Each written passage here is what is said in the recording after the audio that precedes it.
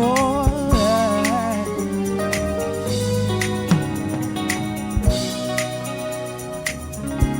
Say, Masora na pa me dini a medi e konti me to me a mumbai. It don't be how things for day. Send the TBI you for thank the Lord. I just gonna do my best and leave the rest to God. I don't go follow nobody. Visit every I see baby baby papa no. Baby I never wanna mama. Me want ya meet and me want pa. Betty I see you ever far. I'm a believer. I just believe. Me want ya meet and me want pa. Betty I see you ever far. I'm a believer. I just believe.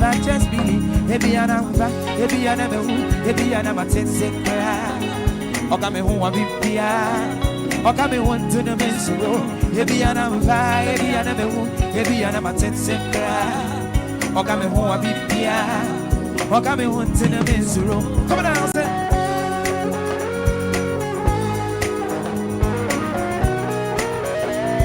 It's a men's room, yeah.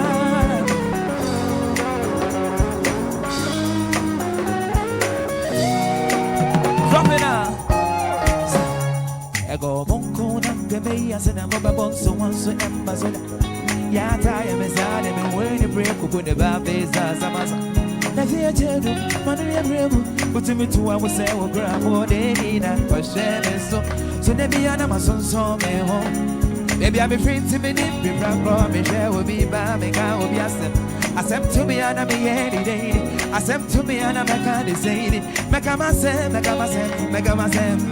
ma de wana onu kuwa de betumi ya jibiyo na me kuwa de betumi ya jibiyo me bonya miti and me won kwa beti ya sibiyo ebefa I'm a believer. I just believe me bonya miti and me won kwa beti ya sibiyo ebefa I'm a believer. I just believe. Maybe I know that, maybe I never will, maybe I never take sick cry. Or come home, I'll be here. Or come home to the men's room. Maybe I know that, maybe I never will, maybe I never take sick cry. Or come home, I'll be here. Or come home to the you know something. Yes, I can verse maybe what you say. So the song is titled Believe. You just have to believe, believe. One time, drop it down. I go monko na keme ya sena mo be bonso wanso embasona. Ya ta ya mesade me we ni break go ne ba visa samasa. Ya fie chedum na me ye brebu. Butu me tu awo se o gra mo de ni na o shebe so. So ne bi ana masonso me ho. Ne bi am fit to me ni black bro me je obi ba me ga obi asem. Asem to me and me any day. Asem to me and me can't say. Make myself, my wana. Ono kuane betu me yatimi yo. Ya me kuane betu me yatimi yo. Me wanya meti me wakwa. Beti yasidi you ever fa. I'm a believer. Just believe. Me wanya meti me wakwa. Beti yasidi you ever fa. I'm a believer. I just believe one time, you know. Ebi anamva, ebi anamehu, ebi anamatetse kra. Okame hu abibia. Okame wonte no mensuro. Ebi anamva, ebi anamehu, ebi anamatetse kra. Okame hu abibia. Okame wonte. I say, ebi anamva, ebi anamehu, ebi anamatetse kra. Okame hu abibia. Okame wonte no mensuro. Ebi anamva, ebi anamehu, ebi anamatetse kra. Okame hu abibia.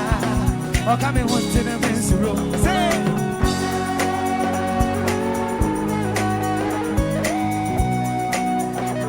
Let's mensuro biada.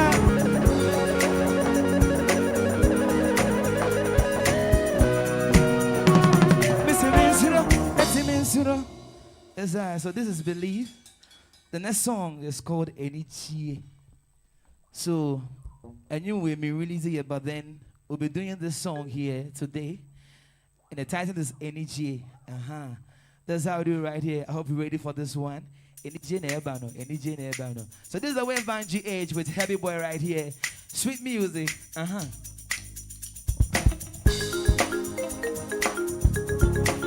Yeah, sir.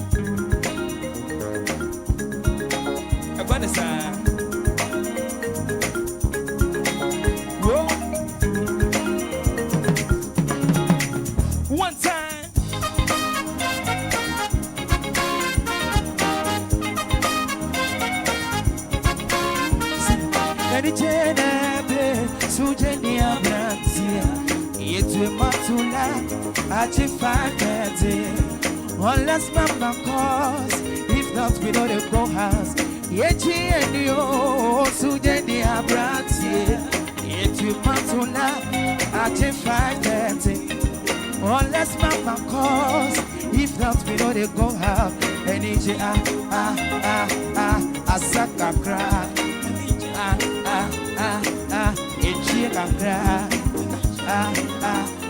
So would I put a chin to a sucker anything. One time.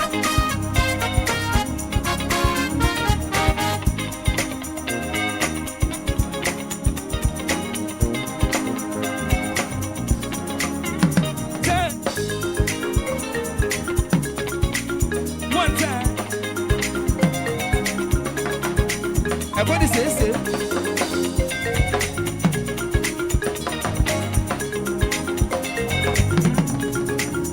Sing all night long, your company for disco. You can't baby, I repasso. If you have sugar, a man of frame sugar. They was sugar. Or the Mocomadi at me, you might be the day. And frame sugar, a man of frame sugar. Was sugar, or the Mocomadi attempt you might eat it. Any Jenebe, Sujenia Brantia, yet you matula, Aje 5:30. One last Mama calls, if not, we know the go house. Yet you and you, Sujenia Brantia, yet you matula, Aje 5:30. One last Mama calls, if not, we know the go house. Enije asakakra enje kakra so we don't fool the jinwe asakakra. We're still in the second verse right now. And what we say?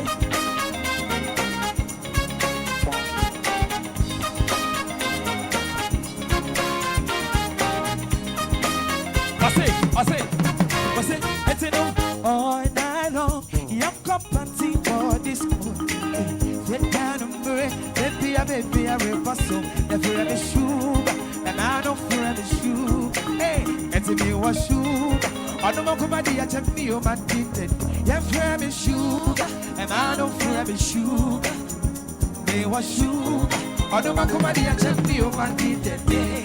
And the Jenebe, Sujenia Brantia, it's your matula, Aje 5:30. One less Mama calls, if not, we know they go house. Yechi and you, Sujenia Brantia, it's your matula, Aje 5:30. One less Mama calls, if not, we know they go house. And it's Asaka it's a cry. So the food that you know, a sucker cry. Say,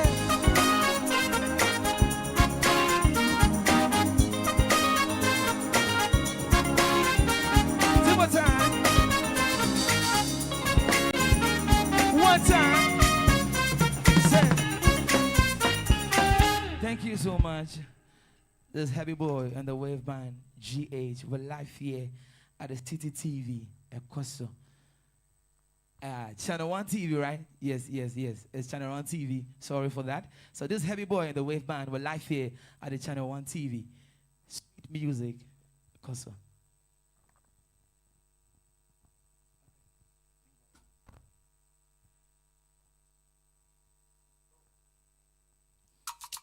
Okay, now. Let's do this now. We're in the month of love, right? That is February. So we're giving you some love music. One time.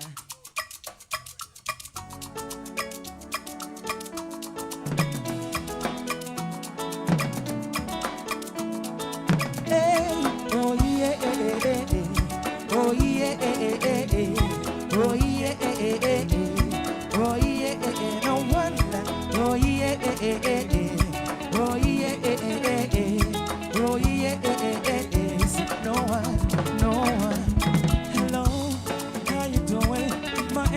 one and only, the only one that I've missing.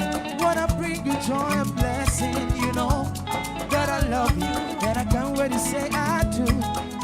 But before we walk down the aisle, I just wanna let you know that you're the finest. Girl, you be the finest that I've seen. You're the brightest.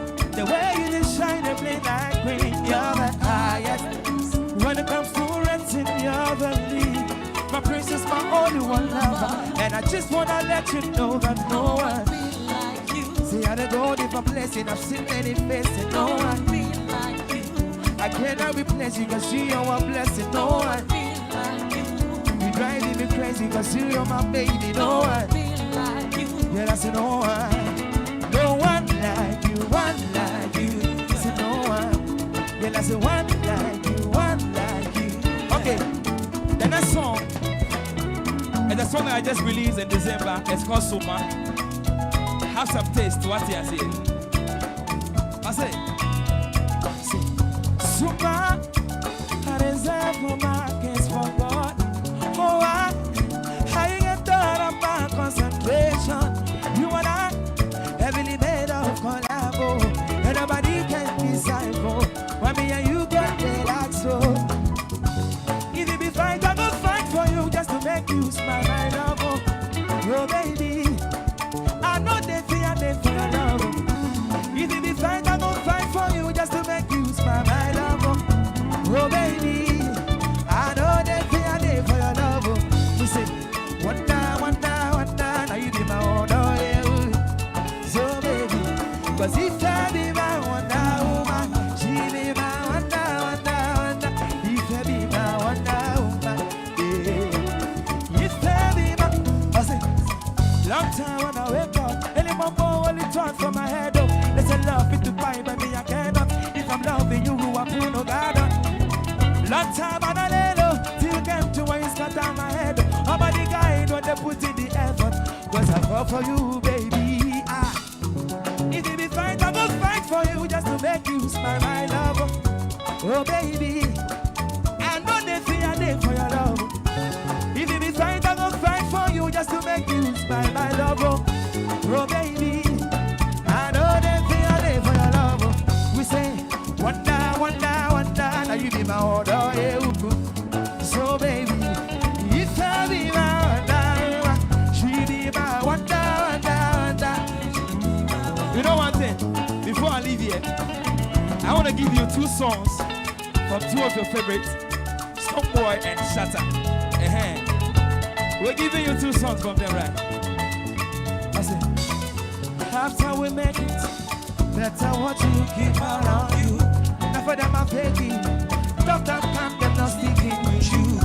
Don't come in there, if you know hustle with me from the beginning. Oh, what a shame. Oh, what a shame, baby, baby, baby, I see, don't come in there.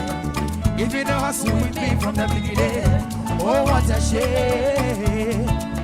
We say, you only know my name, you don't know my story. No, no, no, no, no, no, no, no, no.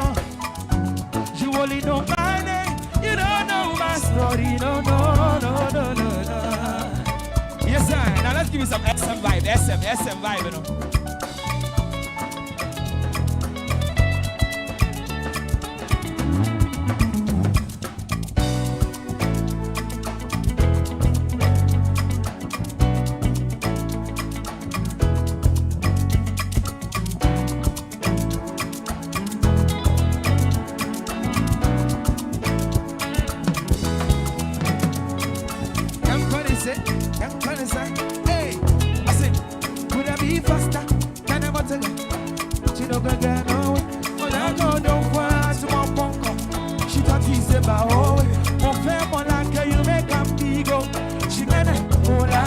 You say your eye open, that's gonna blind. When we fall, Santa will shine.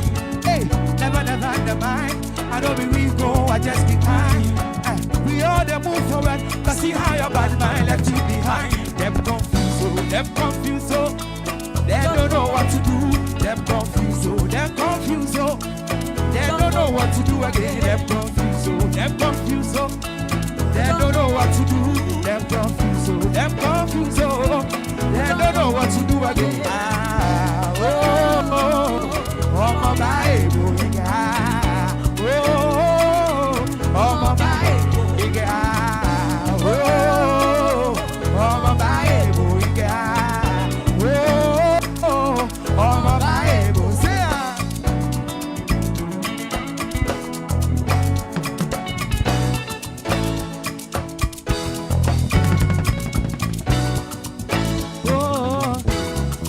every boy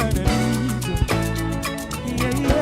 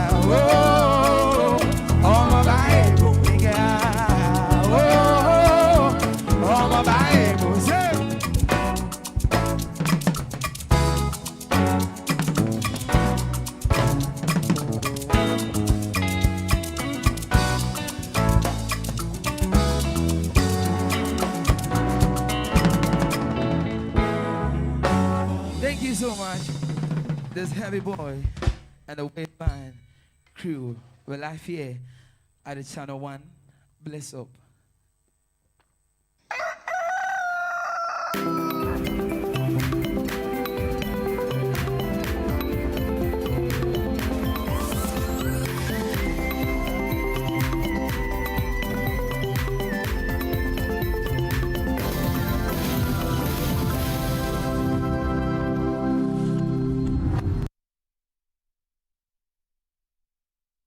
Bestie, meet my lovely family. I mean, we can do that whilst I'm seated and eating. Let me put on the food before we eat. He will be here for days, and I only find out at a family dinner on the day that he arrives. Morning, family. Everything in the kitchen is actually gone. You know, in the UK, I work like a donkey, but here, I eat like a monkey. My noodles just vanished like a spirit had brunch.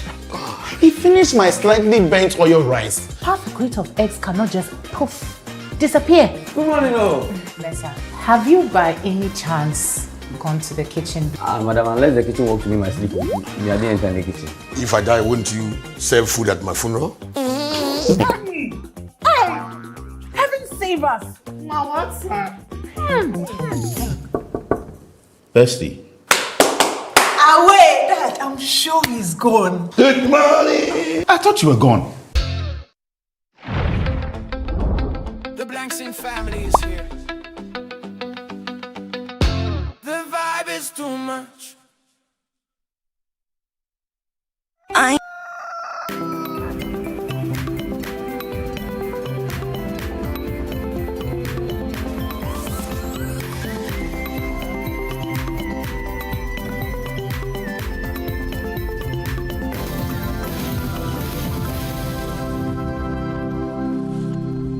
Welcome. Good morning and welcome to Breakfast Daily here on Channel One Television. And what a way to start the show on a Friday morning. We're easing into the weekend, and so we're trying to take it nice and slow.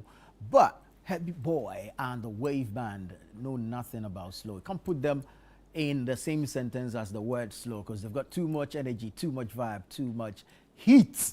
And that's what he served us this morning. Absolutely wonderful performance. And we so love it. Welcome to the show. It promises to be exciting as already it started.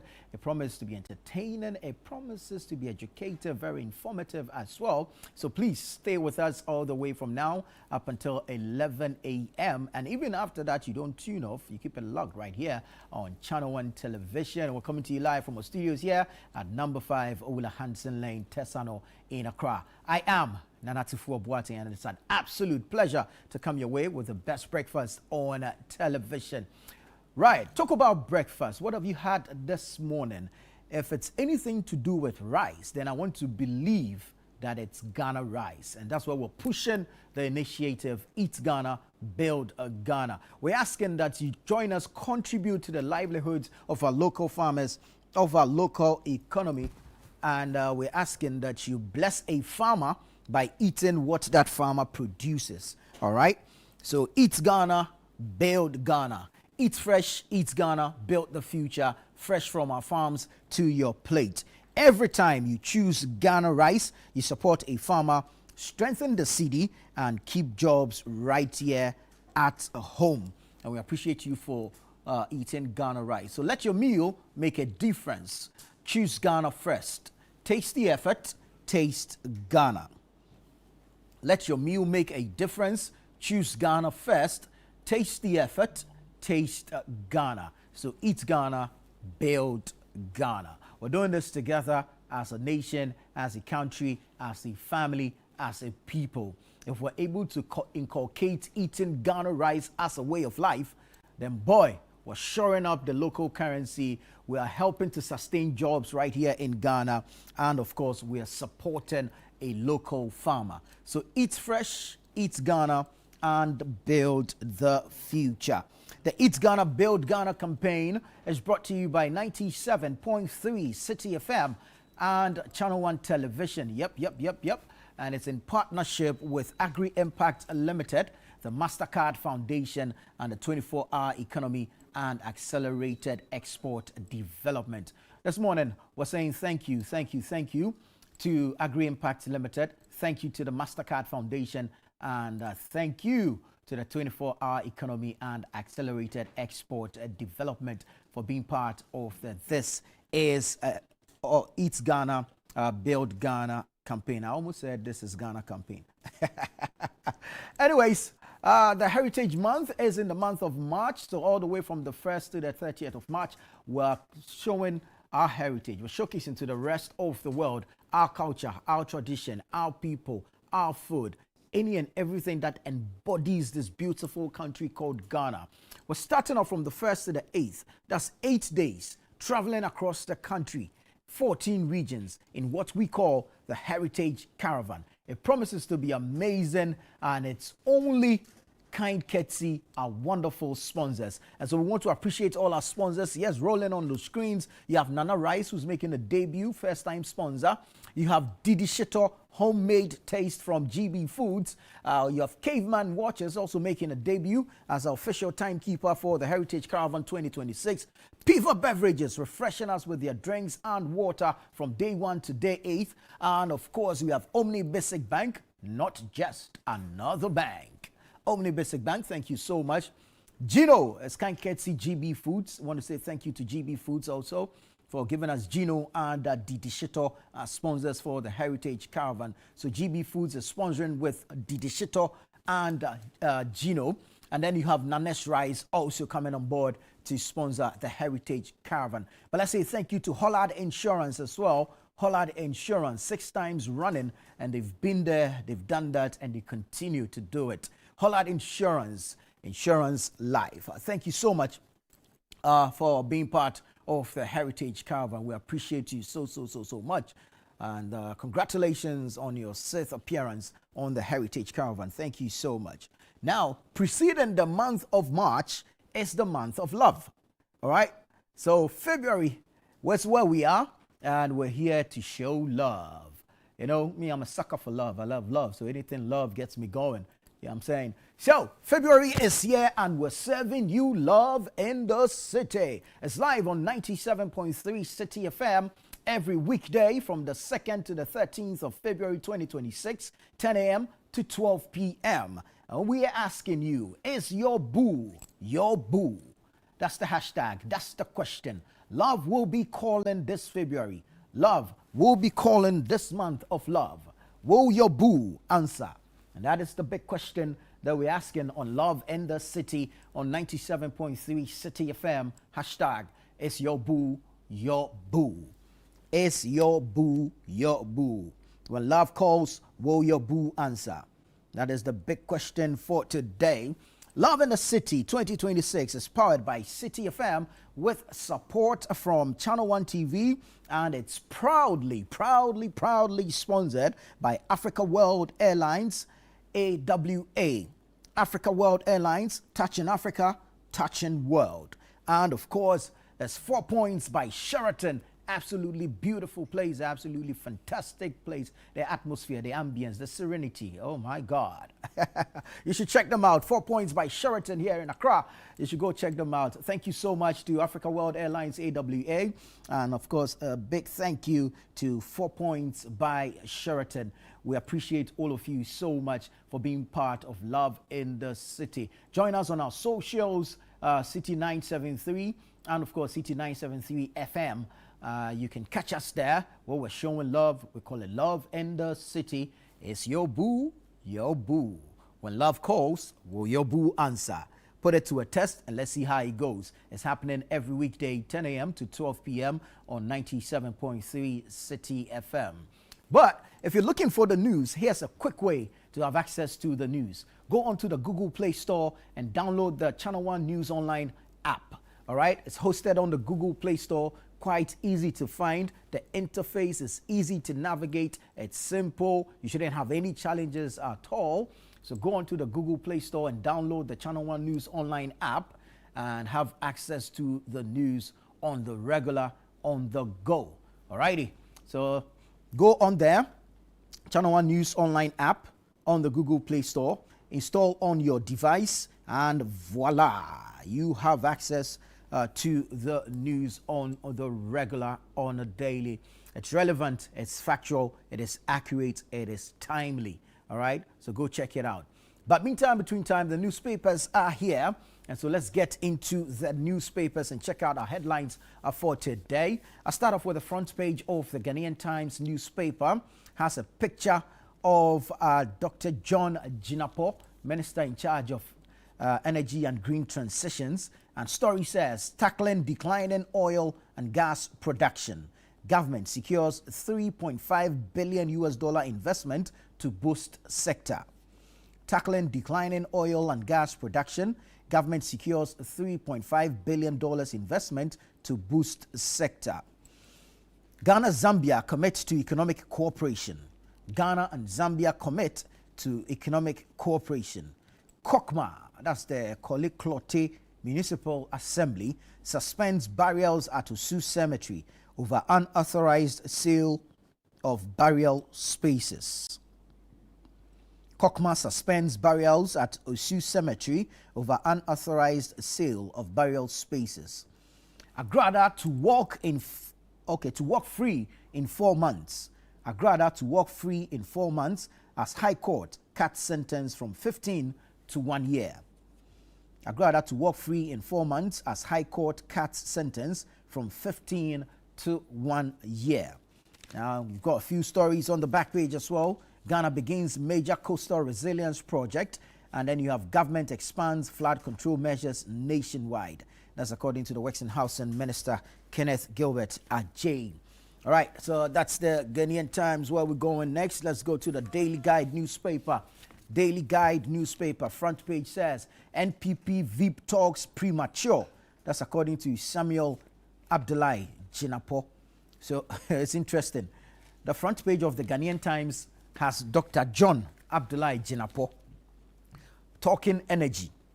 And then the front page of the Daily Guide has Samuel Abdullahi Jinapor talking NPP politics. So if you sit there in that small little kiosk of yours and you fight over MPP NDC, know that there are two brothers on either side of the aisle who are doing well, but you are not. So you continue fighting. Walao jejireji.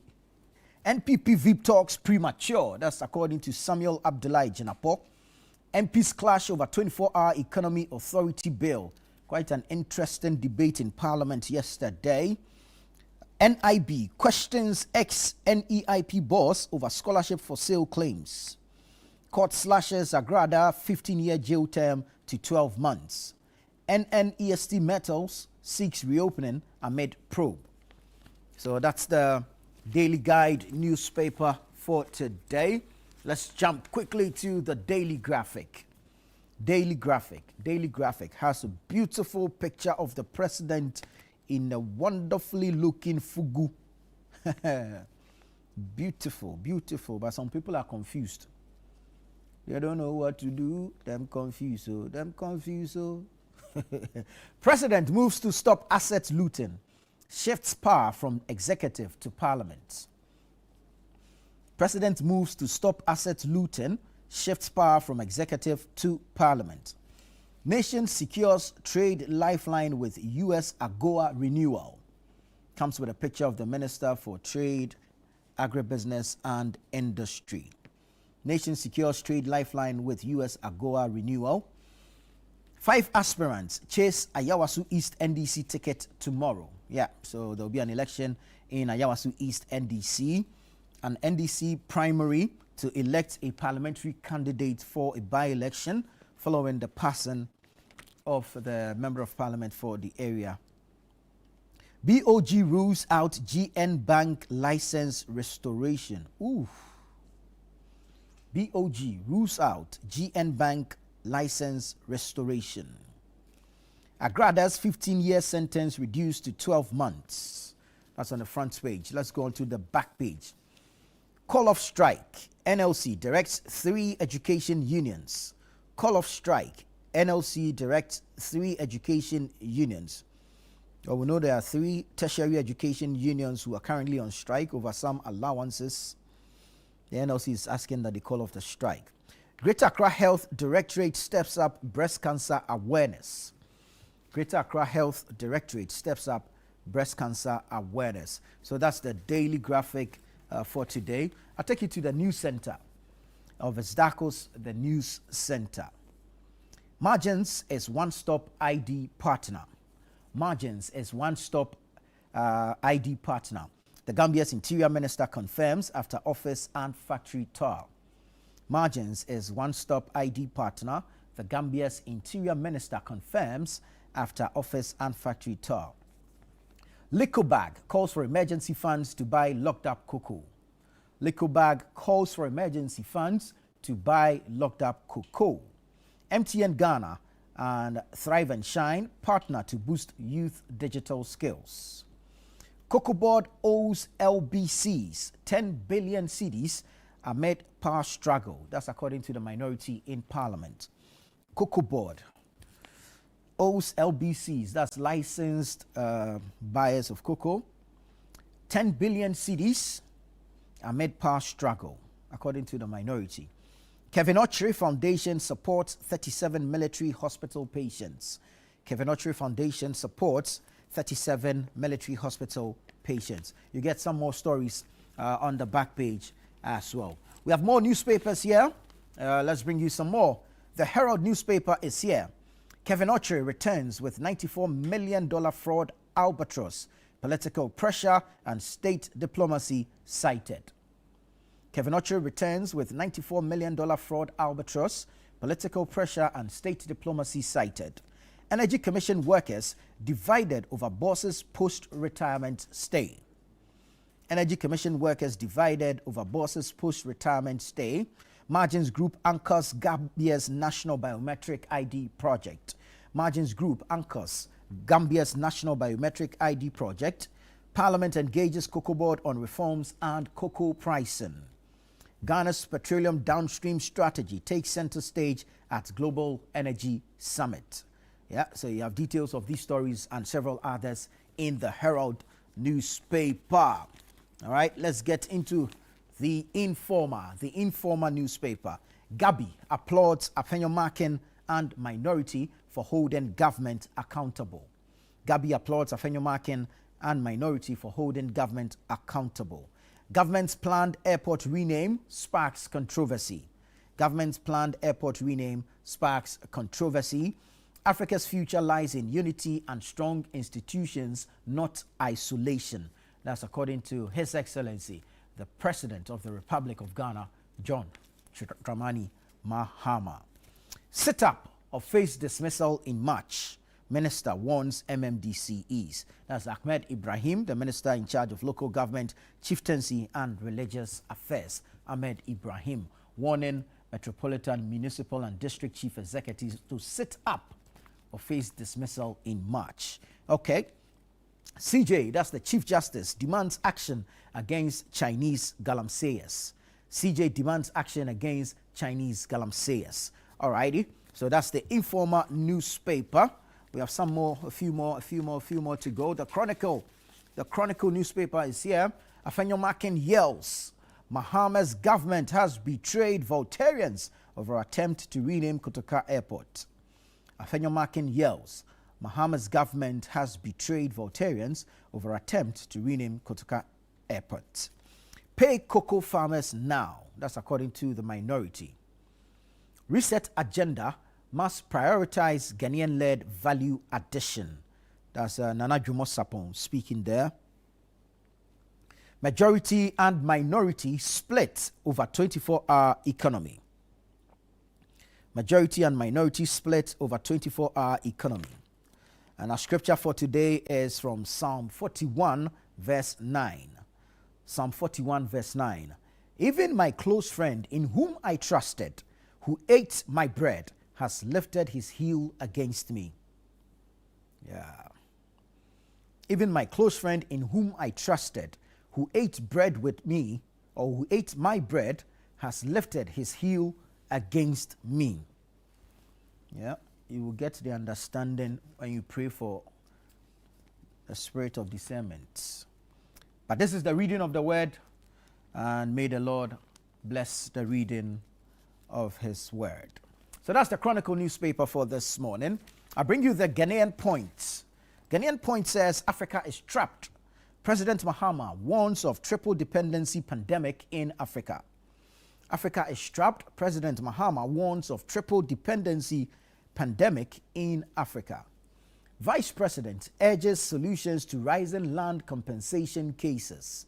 Vice President urges solutions to rising land compensation cases. Cocoa farmers are not beggars. Pay them now. That's the minority in parliament speaking. Cocoa farmers are not beggars. Pay them now. MMDCs who fail to deliver will be sacked by March 2026. That's the local government minister speaking there. Government to soon end export of raw gold. Finance Minister Dr. Cassiel Atoforsen speaking. So that's the Ghanaian Point. All right, I'll get into some business stories and take you to the B&FT, Business and Financial Times. Business and Financial Times. Mahama hails tour revival on Zambian visit as fuel prices ease on domestic refining, softer oil markets. Mahama hails tour revival on Zambian visit as fuel prices ease on domestic refining and softer oil markets. Comes with a picture of His Excellency John Dramani Mahama and the Managing Director of TOR, Edmond Combat. Hey, Combat, be like, now he's beginning to look like me, just that he doesn't have Sakura. Oh. Anyways, settlement challenges, not trade, slowing AFCFTA. That's according to the Managing Director of Access Bank, Pearl Nkrumah. Settlement challenges, not trade, slowing AFCFTA. That's the Africa Continental Free Trade Area. Government eyes $0.07 per kilowatt hour industrial power, but World Bank's Be Ready flags deepening regulatory efficiency gap. Government eyes $0.07 per kilowatt hour industrial power, but World Bank's Be Ready flags deepening regulatory efficiency gap.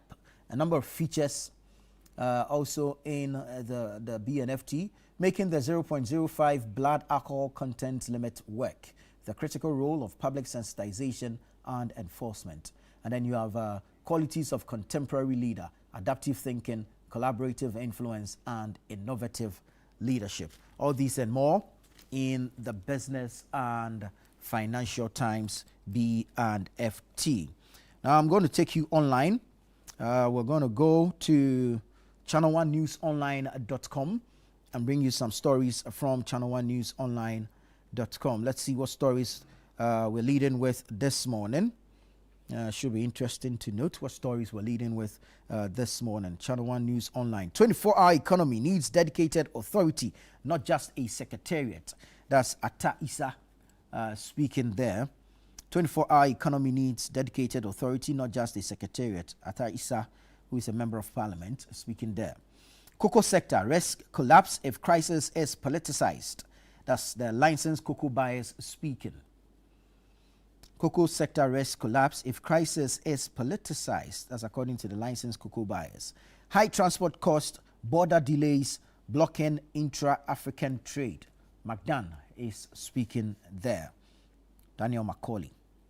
In Adweso, apprenticeship equipment distribution disrupted over alleged diversion.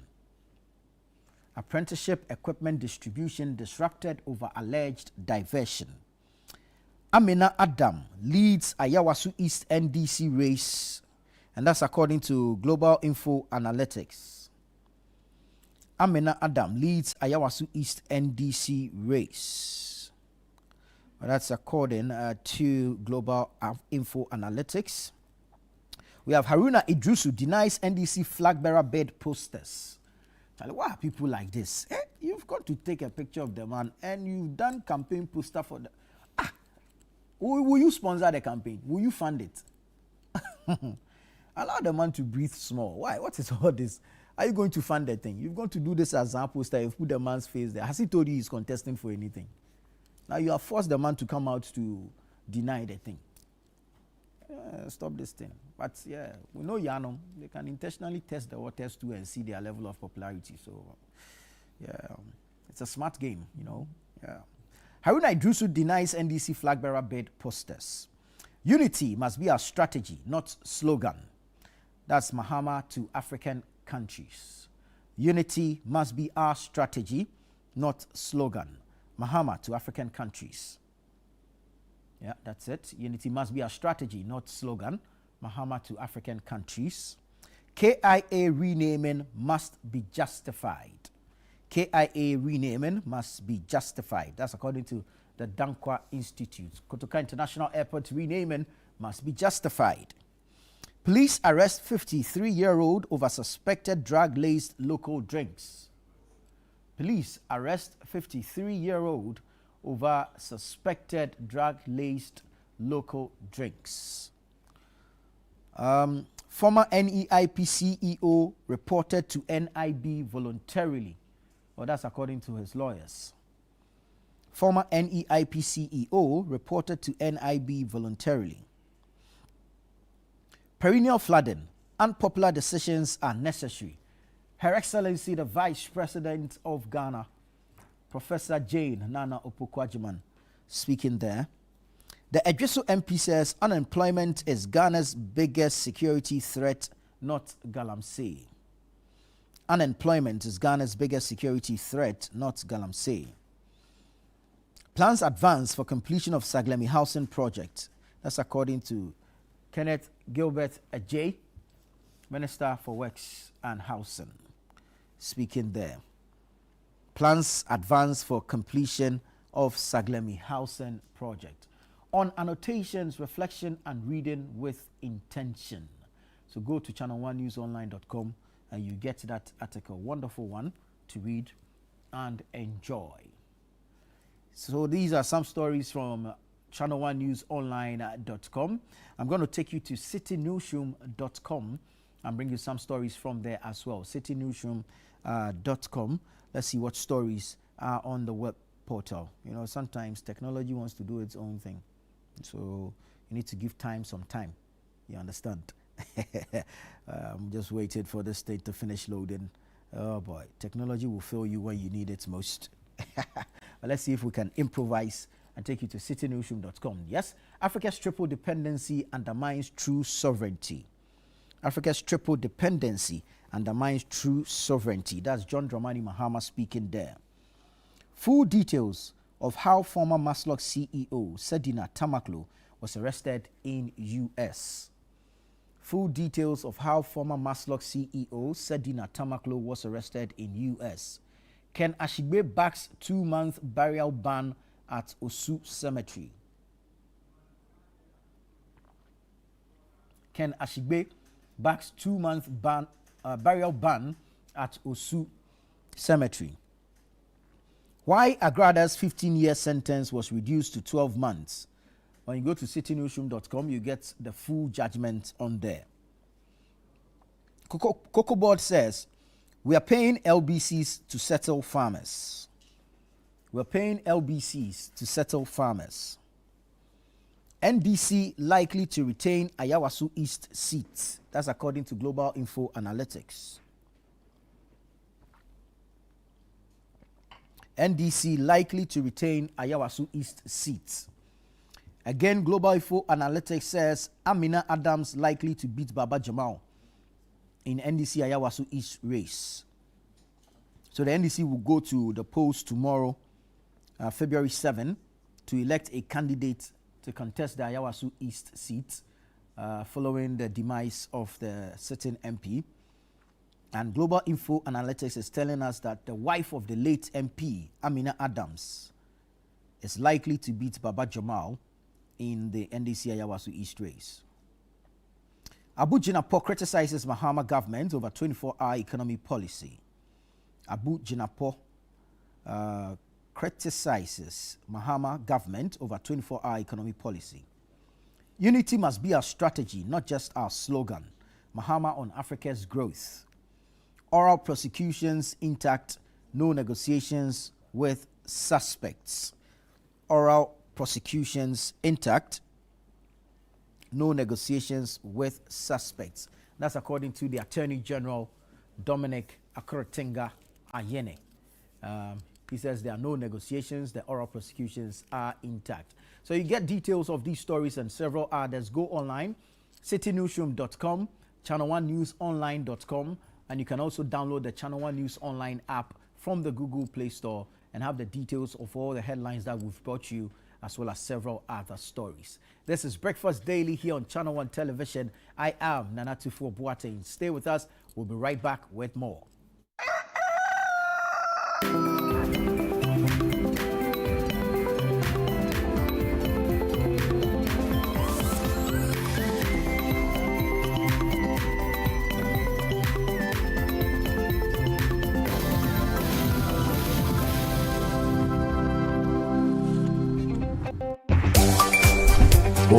Another payment through Stanbic. Smooth as always. Imagine making or collecting all payments without leaving your chair. Sounds like magic, right? Nah, it's Stanbic Pay. Darling, can you please help with the bills, especially at your school fees? From school fees to utilities, the government and statutory payments to investments, insurance payments, Hajj payments, and more.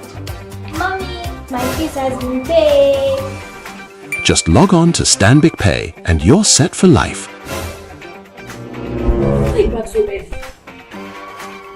Please tell me everything has been paid. No Stanbic account, no queues, no stress, no last-minute panic. Cherish your time and live happier in safety and convenience. Visit stanbicbank.com.gh or call to get started. Verna is clean, fresh and safe. I'm holding my Verna bottle. No plastic seal, no worries. Open and hear the sound like click. That sound means it's fresh, no trick. No plastic seal, but it's still pure. Cool and clean, you can be sure.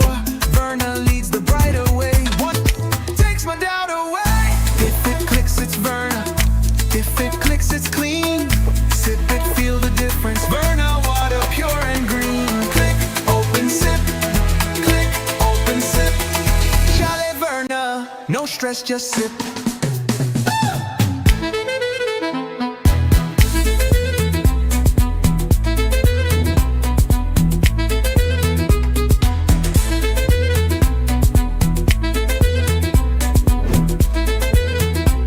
Chalet Verna, no stress, just sip.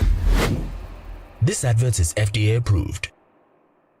Watching DSTV means getting the TV you love, but staying connected means getting something extra. Stunning.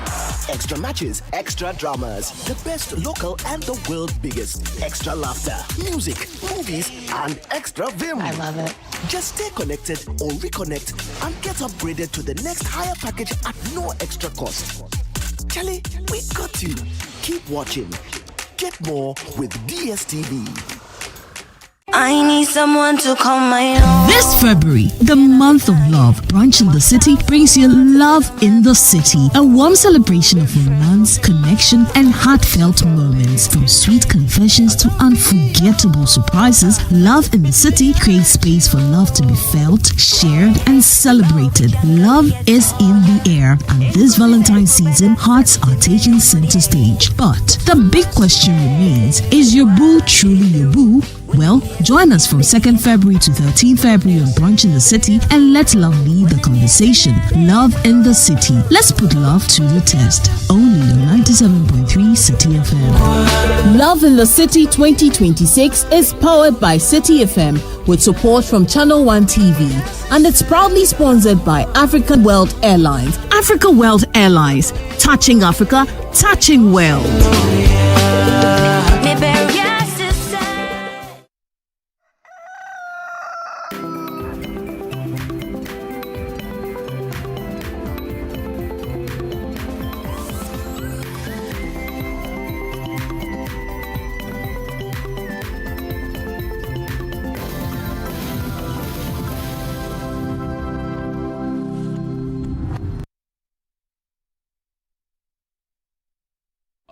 Yeah, welcome back. This is Breakfast Daily here on Channel One Television, and of course, the Jude Duncan. Oh, why you say it like that? Jude Duncan. You know, why you say it like that? You make my head big. Yeah, because my head is becoming big. No, I need to appreciate the honor you've done me.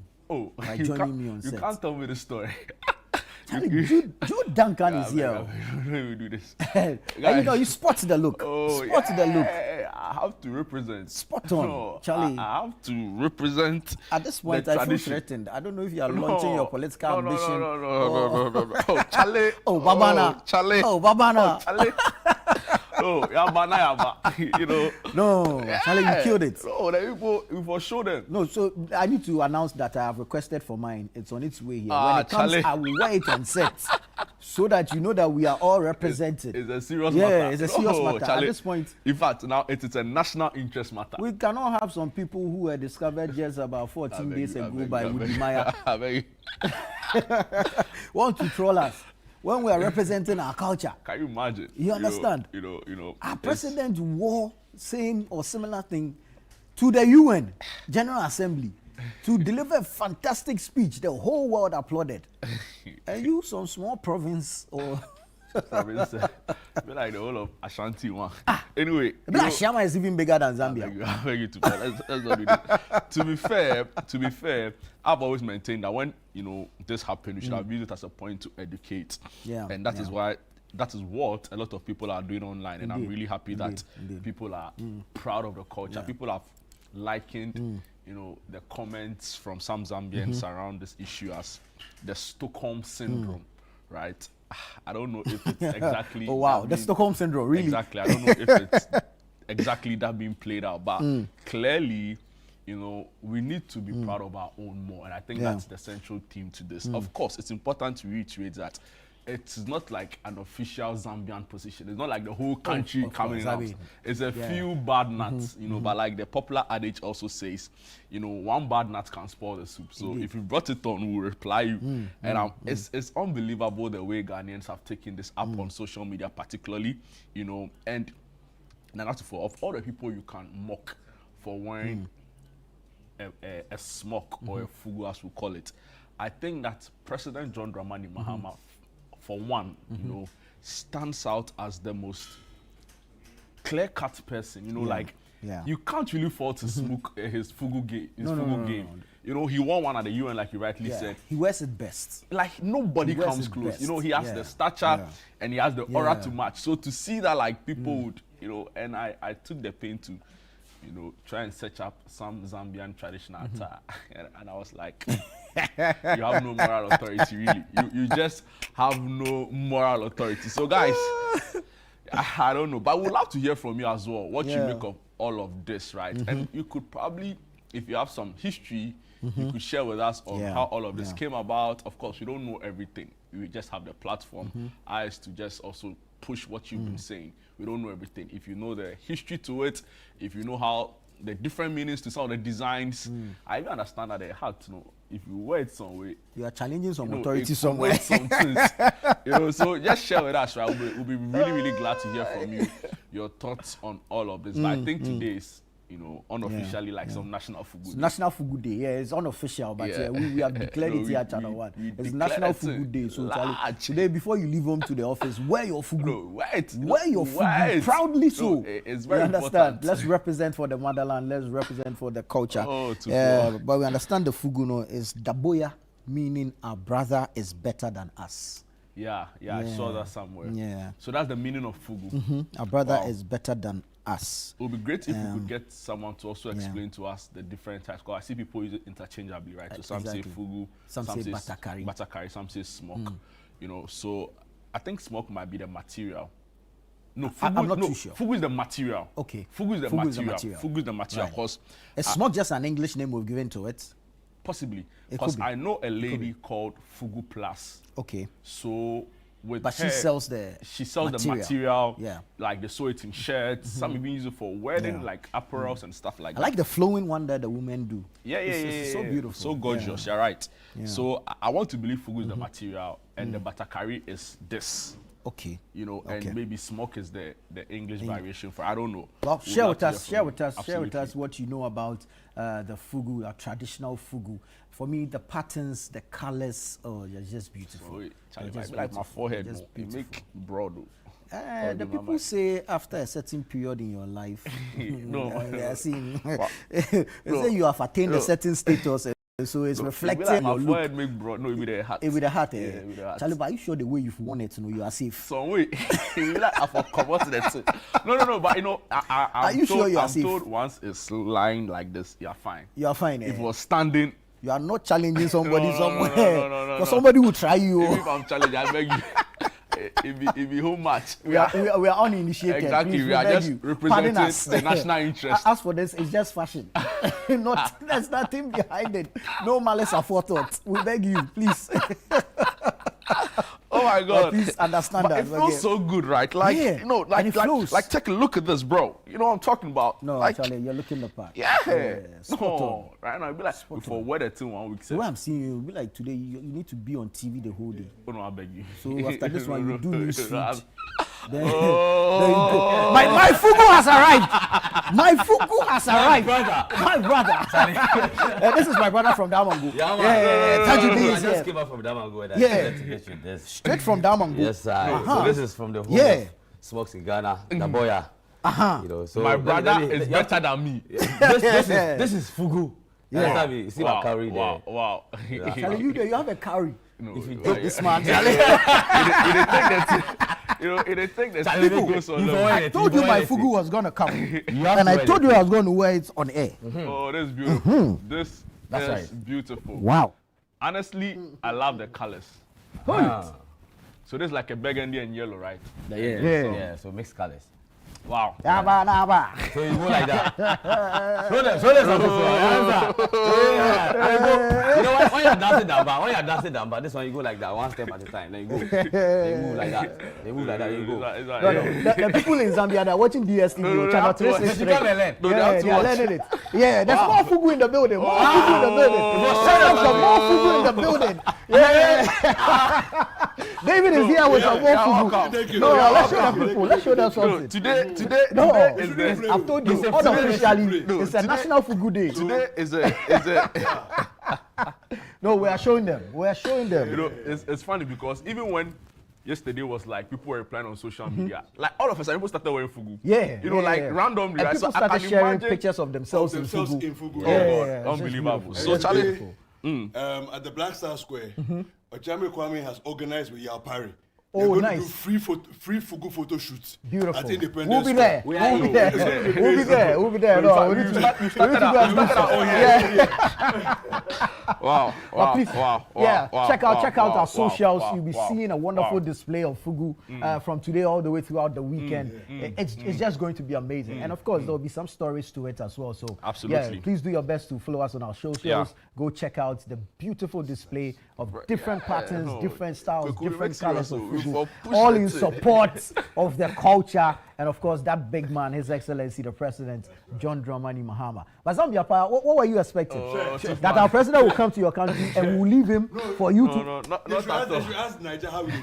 You are not serious. We will dance among them. You are not serious. Dance among them.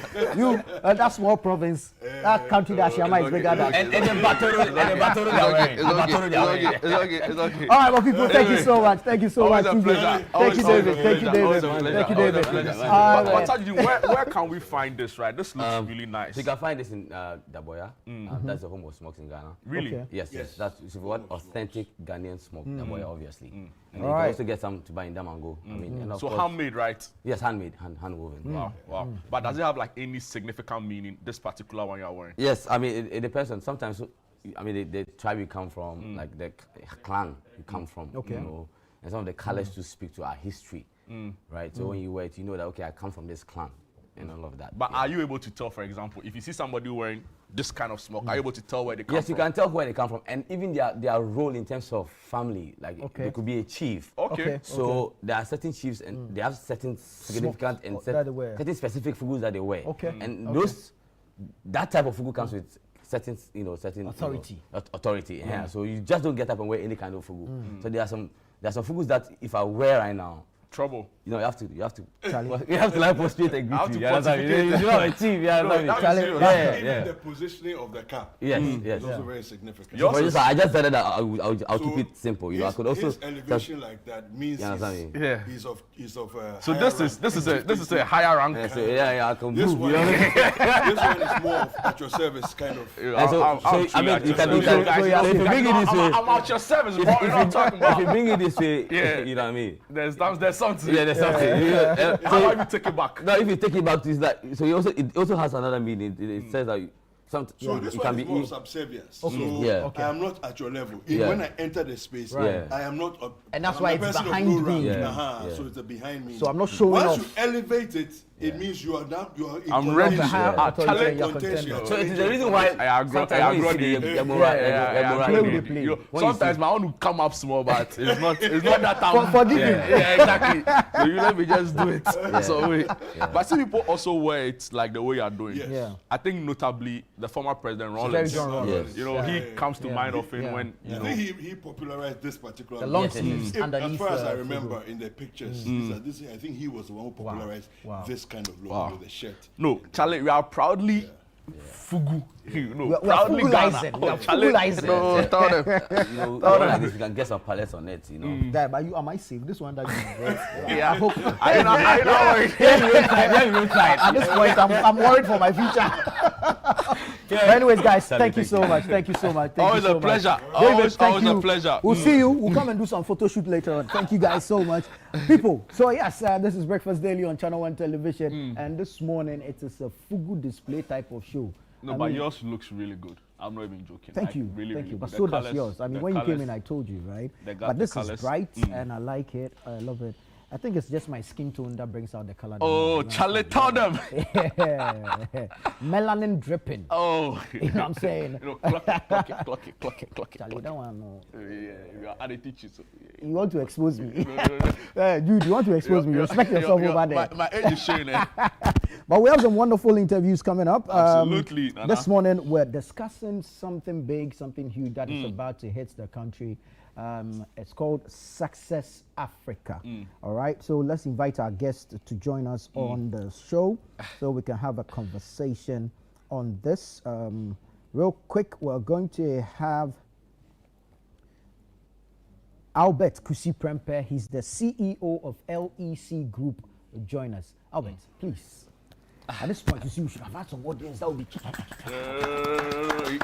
Here comes Albert! I'll tell you a story, right? Yes, sir. You know, Albert is a great guy. Yes, sir. I've known since I was at university. We had a former colleague here, Jonas Nyabo, who is by the way in the Jonas, States. yeah.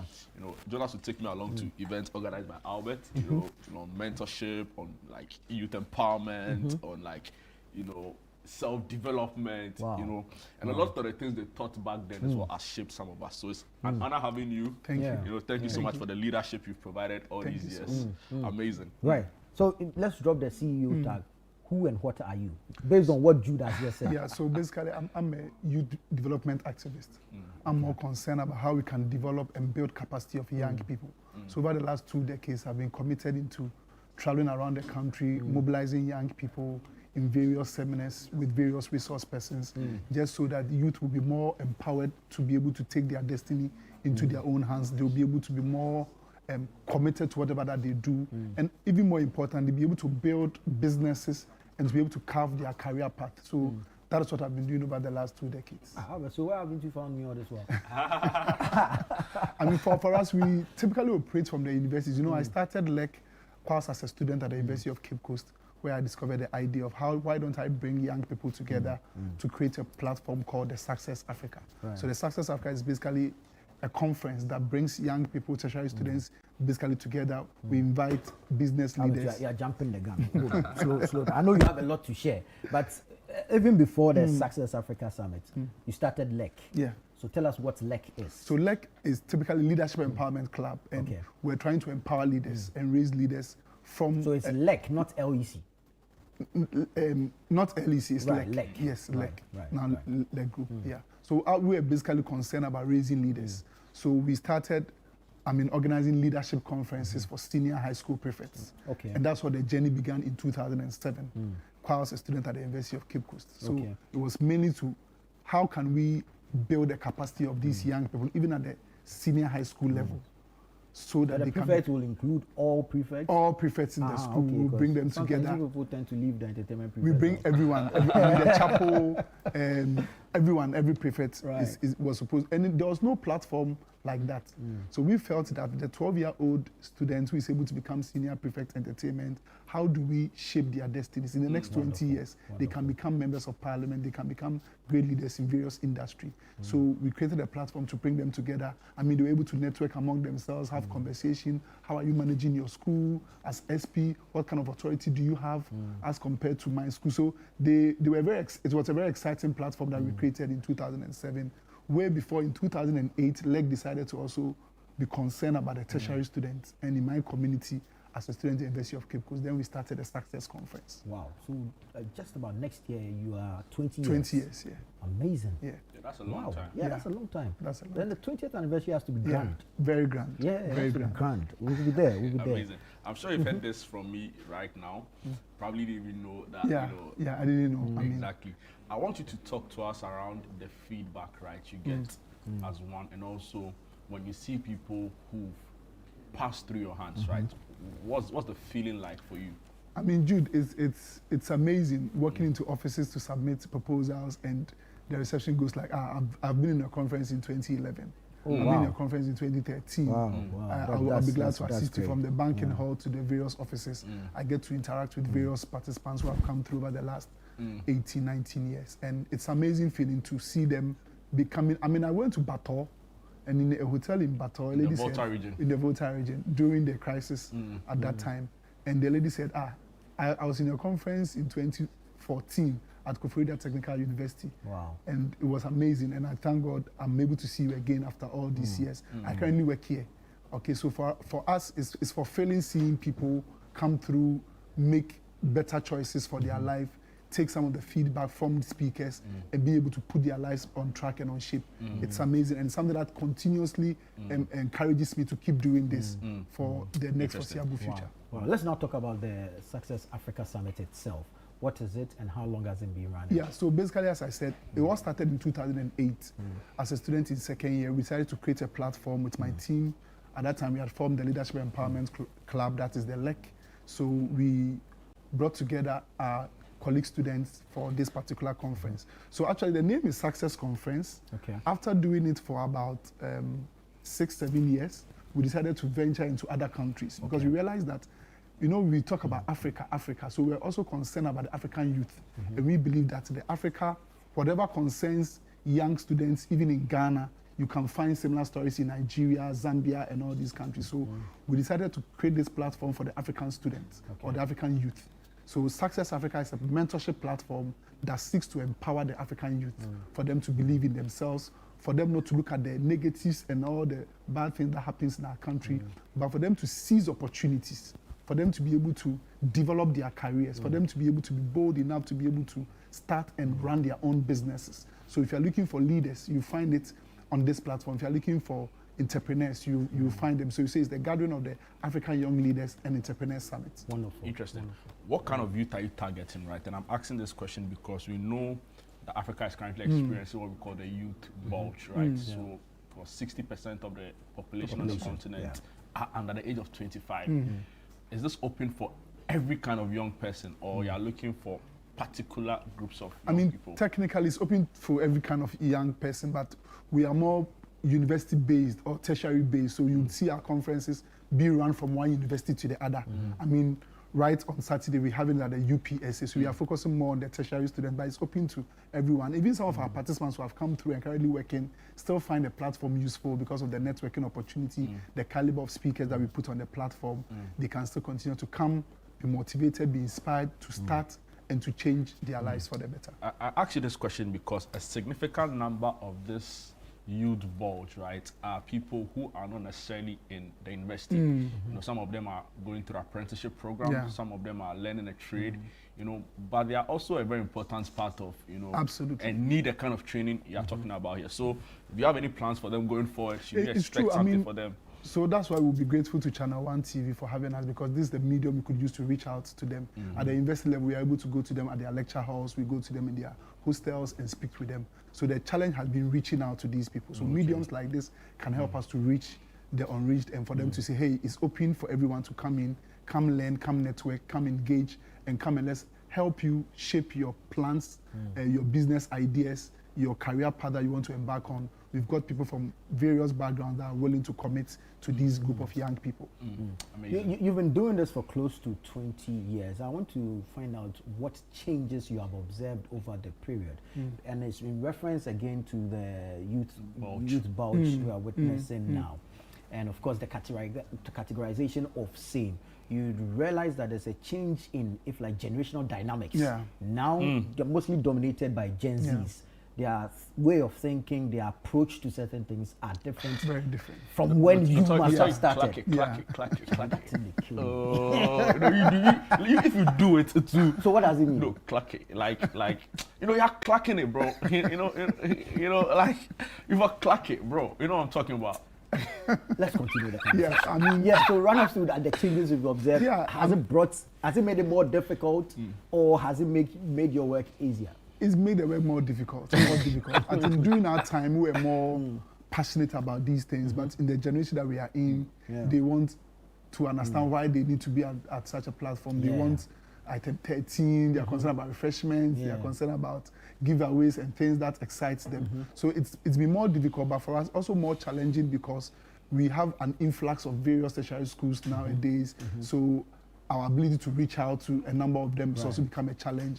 And as you said, their perception, their interest have changed. Exactly. The kind of people they even expect to see are not the kind of people we may want to put out there. So a lot has changed, but it also helps us to repackage and rebrand whatever that we do to be able to see to them and say, you know what, companies continue to complain about the quality of graduates that they are hiring. So would you want to pay attention to basic attitudes? Do you want to pay attention to the time you report to work? So for now, for us, we want to deal with the basic issues because I've seen people transition to work and from internship to national service, the attitude is bad. They do not have basic understanding, dressing, how they communicate. And because of the social media, digital world, they've also been able to infuse that into their work. So it's more work, but we are committed into having these conversations on these platforms to let the young students, I mean, yesterday I was at UPSC Freshers Orientation and I was telling them that the world has changed. Beyond the program of study, how are you developing your skill set to become relevant in today's job market? So for us, it's a challenge. That's even more reason why we need to continue to do this, because every year, over 300,000 people are admitted into various institutions and they have no sense of direction. How do we offer them that sense of direction? Right. Now, do they even understand that you can be in school and still work in this digital world? Yeah. So a lot of things have changed, but we are being able to integrate these new methodologies into the conference to ensure that we meet the needs of the Gen Zs. Wonderful. What's our theme for this year? So the theme for this year was very strategically. We said beyond vision, dare, act and achieve. And we are saying that, yes, you're... What informed this? Yeah, I mean, having done this for 2 decades, last year we saw move beyond your limits. So this year we said, beyond you having a vision, it's not enough to have a plan. It's not enough to have a goal. It's not enough to say, oh, I want to have first class and then work with Channel One TV as a general manager. How are you daring? What difference are you willing to make now in order to secure you for the future? So we say, beyond your vision, begin to dare to do something out of the ordinary, because these guys are in their comfort zone. They don't want to move out. They don't want to stretch. So imagine you are University of Ghana and you want to work here. Are you willing to come all the way here and play some voluntary roles, intern roles to learn, because you want to do something extraordinary? So dare, act and achieve. Just start doing something for yourself. Don't wait for parents. Don't wait for guidance. Don't wait for government. Dare. I mean, and I did that 20 years ago when I said, no, what can I do to help make society better? Let me put prefects together. Let's have a leadership conversation. And then coming to Success Africa and UCC, let's have. So we want to challenge young people of this generation to start doing something. Because you see, when you're at the tertiary level, the opportunities are enormous. The opportunity, you get to meet several CEOs coming through various forums. How are students taking advantage of this platform? So instead of chasing their job, chasing these companies into their offices, they come to you every year in different forums. Last week, Bernard was on University of Ghana campus for a seminar with Radio Universe. Several other platforms continue. How do you come and interface with these people, have conversations with them, let them understand your fears, your anxiety? They are even more committed into helping you and giving you a sense of direction on your career path, etc. So we want them to be able to dare. People should be able to act differently and to be able to achieve something significant and make themselves proud. Wonderful. Wow. Wonderful. When you talk to young people, what do you get from them in terms of their understanding of the issues that you raise? I mean, the current generation have zero understanding. I mean, really, they are on TikTok. Has any generation, got any understanding at all? Our generation was different. much better. You can imagine I was leaving Cape Coast to Accra to attend seminars. I'll come to conference center, I'll come to National Theatre, and I'll go back for lectures in the evening. I know the distance is 2.5 hour journey. So I'll leave first lecture 8:30, be in the bus by 9, get to Accra 11, be at the conference at 11:30, finish at 2 o'clock, get back to 5:30 lecture to 7:30. Wow. So if you're in University of Ghana, you are in Accra Technical University, you are in Wisconsin, UPSA. You have no excuse. UPSA, you have no excuse, because then you can actually work with several firms during your free periods and come through, learn, go back to lecture and come through. But there's, the distance. Is it true, the traffic? But will this person be there? Exactly. So, and so it means we need to incorporate more, because it's what they see on social media. So how are we putting our messages out there so we could see that there's a lot of podcast messages being put out there? We need to do more to reach out to them, because that's where they are. So the more they can get to have more of these programs online, they can stream and get to listen. Maybe we can make much more difference with this generation. You talk about not waiting for anybody to, quicken you for these important conversations, right? But I just want to find out, now we have a government ministry, particularly for youth, led by George Opare Ado. Are you minded to reach out? Pablo. That's what we call him anyway. Yeah, I said George Opare Pablo. No, I almost said Pablo. Okay.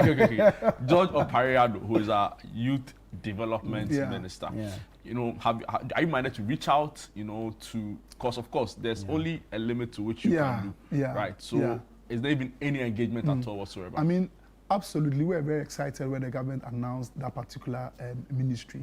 We've had engagement with the chief of staff. Oh, really? Who graciously was at our last event we held last year. Has also been invited for this year's summit. This year's summit as well. So we continuously engage government functionaries to be able to see how best we can collaborate and partner to be able to reach out. You know, they have a lot of agencies even under the ministry, and we continue to work with some of them, the NYA, the NEIP, to see how we can shape these conversations. So it's something we continuously do, and our doors are open to have conversations with them to see how we can further advance this conversation. Let's get into the details for this year's summit. We've spoken about the theme. Who are some of the speakers we should expect? So we have Bernard Avle. Wonderful. He first spoke in 2012. Okay. At the University of Cape Coast. Came back in 2018 and is coming back 2026 to be our keynote speaker. We have Dr. Daniel Macaulay, McDancy also coming. He spoke first 2018 and is coming back to UPSA for this. We also have the executive head retail banking for GCB Bank, Sena Kamagate. Okay. I mean, GCB has been graciously been able to also support us in this particular. They've come out with their youth banking, and they said that for us to, as a bank, we believe we can connect more with the youth on this particular platform.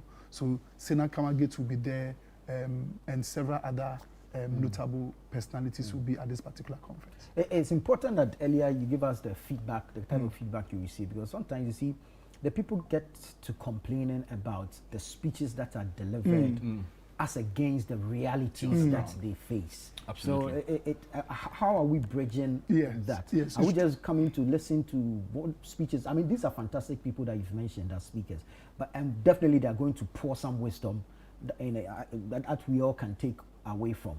But how do we bridge that reality gap? Yeah, so what we've done differently this year is to be able to have 2 panel conversations. Wonderful. Let's talk about career development and finance. Let's talk about career development and leadership. Then we have entrepreneurship and finance. Awesome. So we have another set of people. What we've also been able to do is to allow these guys to ask their questions and for them to interrogate the issues. What we've also done with our partners is to say, you are not only coming on board to promote your products, but we want you to pick some of these participants and say, you know what, GCB, I want a certain number of these young people to work with as an intern. So that has really helped us, and that is how we've been able to integrate some of our participants into various industries. So they get to ask their questions, they get to interact with these audience, they also get to get opportunity. So it's a mentorship platform. So we assign the participants to mentors, and they take them through coaching from time to time, so that we move beyond the speeches and become more practical. So the panel discussions will take place. We have the breakout sessions. We have the one-on-one. Our conference is such that we are able to break for 10 minutes and say, you know what, speak to any speaker, just move around, have the conversation with them, pick their contacts, follow them on social media, and ask your critical questions. And the feedback has also come from speakers who said, some of your participants have really asked very thought-provoking questions. We had to invite them to our office to sit with them and say, okay, you have a plan. We think we can support you this way and that way. So young people have been able to start and build businesses from this platform, because some of the partners have offered financial assistance, some have offered technical assistance to these young guys. And it's because some of these firms have great things, but the youth do not know about it. So now I go around asking them, okay, so what do you have for young people? So can you believe that several of the financial institutions now have youth banking departments, something that didn't used to exist. So they are creating products and creating opportunities for young people. For some, once you have an account with them, they are giving you an internship opportunity, they are giving you a national service slot. We believe these opportunities will not just become just the talk, but we can walk the talk by creating real opportunities for them.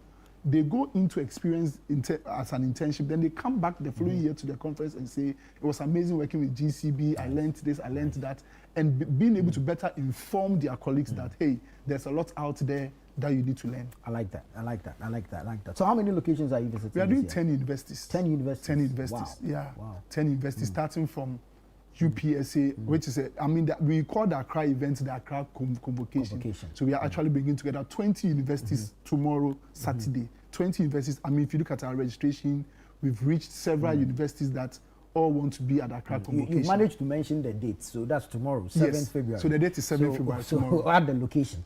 UPSA Main Auditorium, Kunedo Auditorium. That's the location. They can sit about 3,000 people.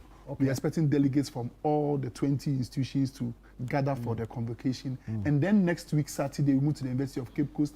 then to University of Education, Winneba, move to Koforidua Technical University, move to University of Mines and Technology, then we go to KNUST, then we come to Central University, we'll go to Pentecost University, will be where we have the grand finale on the 28th Pentecost of March. University is in Accra, right? Yes, it's in Accra. So we'll come back, to end the Accra. tour in Accra because they are currently on vacation. Okay. So we'll come back to meet them. We'll go to the doing their own Volta region. heritage So it's that we'll go to the Volta region also. UHAS, University of Health and Allied Sciences. The Vice Chancellor has been very supportive today. So it will run for the next 3 months, but we begin the journey tomorrow, and we're expecting every young person wanting to dream, wanting to begin their journey to find their way to UPSA. We've lined up 16 resource persons, 12 at the panel discussion level, 6 at the main convocation to have conversations. Breakout sessions, it's free, thanks to Channel 1 GCB Bank for helping us to do this. There will be refreshments, there will be breakfast, there will be lunch, and that is what attracts them. So we are breakfast at 8 o'clock. Breakfast is at 8 o'clock. So they need to come early. They need to come early. At 8. So come it's early. At 8, and it's free. All you need to do is to show up or call our hotlines to register. So that we currently have about 1,500 people that have registered. We're expecting about 3,000. Wow. Mention the hotlines. It's 0245 040 255. 0245 040 255. You can send us a WhatsApp also on 0247 155559. 0247 155559. Or go to our website www.successafricasummit.com. www.successafricasummit.com, or walk into UPSA tomorrow straight to the main auditorium. Our team of volunteers will assist you register and help you to have your seat, pick up your breakfast, visit the stands of our partners supporting us. GB Foods, they are providing the lunch. They are serving jollof there tomorrow for all the participants coming. Belaka will be giving them drinks, water for every participant that comes out there. And we thank these partners who have continuously supported us to be able to roll out and travel with us also in these 10 locations. As for the partners there, we're always grateful to you. So from what I take from your conversation, GCB Bank, GB Foods, Belacqua, Channel 1 Television, and SIMA, Chartered Institute of Management, has been also very supportive. We appreciate you so much. I mean, continue coming. Those who are watching and listening, come on board as well. You see, let's invest in some of these things. Exactly.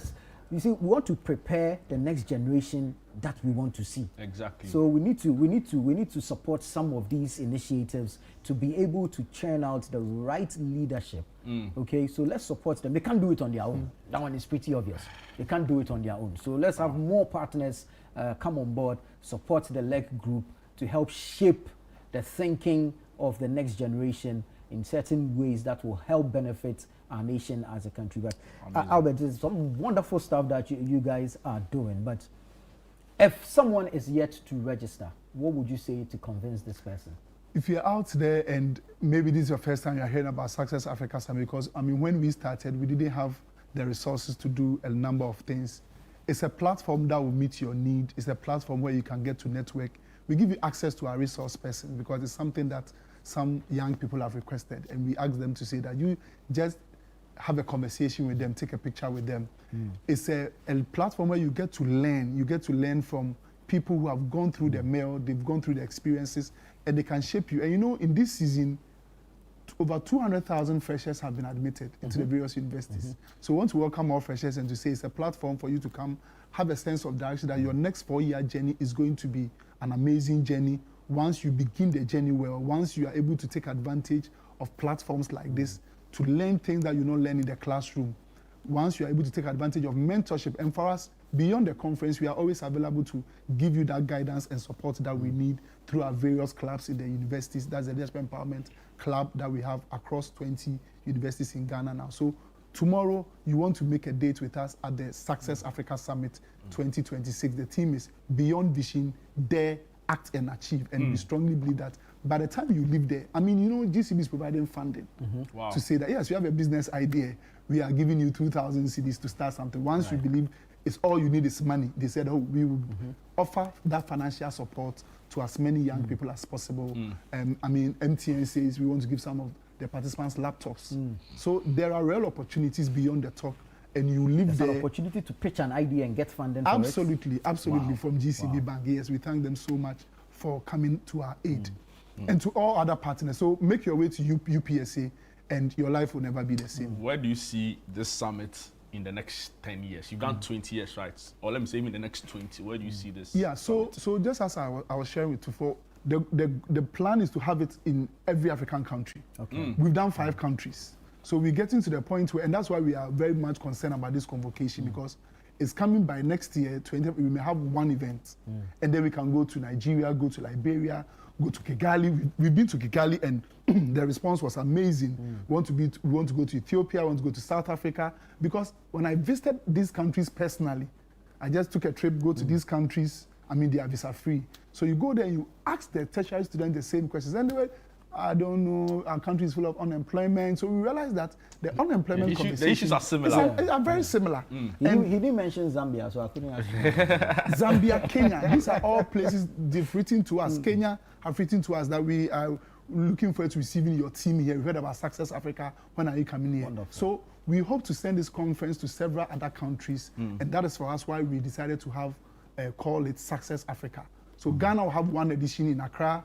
We'll get everybody to connect on social media, and then we move to the other countries so that we can get to the point where we say that we stop complaining. Africa is full of have a leadership crisis. Africa, entrepreneurship. Africa, there's so much gold, there's so much money.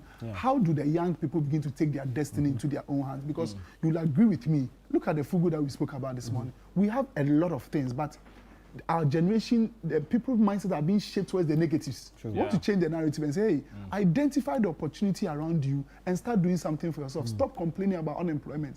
Are you willing to volunteer? Are you willing to work without a salary for a number of people? And it's something we all went through that period to be able to get to where we are. So we need to continue this conversation. We need to deepen it so that we get to the point where it's no more about Africa has opportunity, but African young people have taken advantage of these opportunities. So changing the narratives, breaking the stereotypes, absolutely, and forging ahead. Absolutely. No, this is powerful. Do people have an opportunity to join virtually? Yes, they can join us on South Africa Foundation YouTube channel, on my wall also, Albert Kusi. They can get to watch virtually. We stream live right from 9 o'clock to about 3 p.m. when we end. Very well. So Success Africa Summit, Accra Convocation happening tomorrow, UPSA, 8 a.m. Come and learn. People come and learn. I mean, like I said to begin this, I've been a beneficiary of the kind of work he's done over the years, and we are grateful to him, you know, for answering the call. You know, so everybody the call come and they do their own thing. It's a private number, so you can't call back. So Albert, thank you very much. I probably would not have had an opportunity to say it. So and thank you to the partners as well, GCB, GB Foods, Sima, Belacqua. We want to thank Channel One because I mean platforms are powerful. So we're looking for more deepening the conversation where the team will be around to get feedback so that we can able to come back again next 3 weeks to give feedback. How is the tour going? So that with your support, we'll be able to reach out to millions of other young people. Ours is to tell your stories and to empower change. And that's why we do some of these things that we do. Amazing. But thank you so much. Albert Kusi Prempeh is the CEO of the LEC Group and of course the Success Africa Summit Accra Convocation is happening from tomorrow. UPSA, it says come for breakfast at 8 a.m. So that means you are getting there by 7, go through registration and everything by 7:30, relax, make some friends, network, connect, have breakfast at 8. By 8:30, you are in the hall, and of course, the initial program has begun. I'm thinking by 12:30, we are breaking into our panel discussions and everything. One last thing. We are learning so much. Come along with your Ghana card. Please come along with your Ghana card. Very important. It's very, very important. It's very, very important. And then, of course, there's an opportunity to join virtually on his Facebook page, Albert Kusi Prempeh, and, of course, Success Africa Foundation on YouTube. All right, people, so let's storm there. You see, let's go in droves and let's go and learn. We need it all, and somebody is doing it for free. Can you imagine? You miss the opportunity and see. You go and pay some money that you have no idea for some 30 minutes for consultancy, and you'll be surprised. But thank you to Albert Kusi Prempeh, CEO of the LEC Group, for putting together the Success Africa Summit. And hopefully we'll see you there tomorrow. We're continuing the show, and as I mentioned earlier, ours is to tell your stories and to empower change. We've been telling the stories of road infrastructure over a period. Today we're going to the Nyenyano area. We understand some of our stories are getting some results, and residents are excited about the fact that a contractor has moved to site in response to a publication made earlier to help, if like, dress up the road, bring some rehabilitation to the roads in the area. Here is a report by our Central Regional Correspondent, Akwesi Ado. The deplorable nature of the road hampered the movement of goods and people, particularly during the rainy season. Apart from not being able to meet their daily sales, commercial transport operators also had their revenue mostly channeled to maintenance of their vehicles. Drivers say the construction of the road has come at the right time. Especially in Suta, more insurance, so more pant. My car has so. And it was a science and China a week. Into a year about one of crime brace. The best room of pants is here or my margins on Bayano. More Munja or Muyamai. The award of contract comes after repeated reports by Channel 1 TV. Some residents of the community could not hide their joy when the contractor was introduced to them by authorities. You did home come off first, and I dream papa now. Say Yamia Dominus and they were Babaya or Henijism. Near Shosudania, Wobe Bianson, which me a year good in Ama Gumwayano. Now I hear a Nijamaye. And that's the only way, Papa. I will assume the on your day in Canada. Oba starting na oba sanda makreni yeko market ya bre pa bi mu say obi mpo nya case na so onye ko hospital na wo refer na ehun de o brand sana we kodu bi mu mpo won kwafi wonsem. Opinion leaders believe the construction of the road will revive collapsed businesses and also save residents from diseases. Sayasha mfuntuma na all bogu, especially on road in left side no or brepa papa and drivers and complain bebre was I mean there abri na bribia no cars ne say ma untumi adwuma other way wo kwano do onye. Traditional leaders of Gumwanyanyano could not hide their joy and expressed gratitude to Channel 1 News for highlighting their challenge. How they call Channel 1 and City News, I mean, their reportage, what they did, and I believe has yielded such result, and we commend them. The road which we've been talking about it for years has finally been given to contract. However, they have called on government to ensure that all financial obligations are honored in order to prevent a similar situation that occurred some years back when construction of the road came to a complete halt. We are saying that it shouldn't be like before, which they like they give the contract to a contractor and no money given to the contractor. I mean, it will stall the progress of the road. So they should, as they have said, it's been given to contract, it must be on record so that they will start it and finish it. The Member of Parliament for the Gomoa East constituency, Desmond de Graft Peitu, assured that all necessary fundings will be provided in time to ensure a smooth construction process. This road, the contractor who has come to construct it, I can assure you, he will finish and he will be paid. He will not run away like those one who just ran away. So I want the chiefs to be rest assured, as I told them, that this road has started today, tomorrow, or any other day. So shall it be completed under the administration of John Mahama.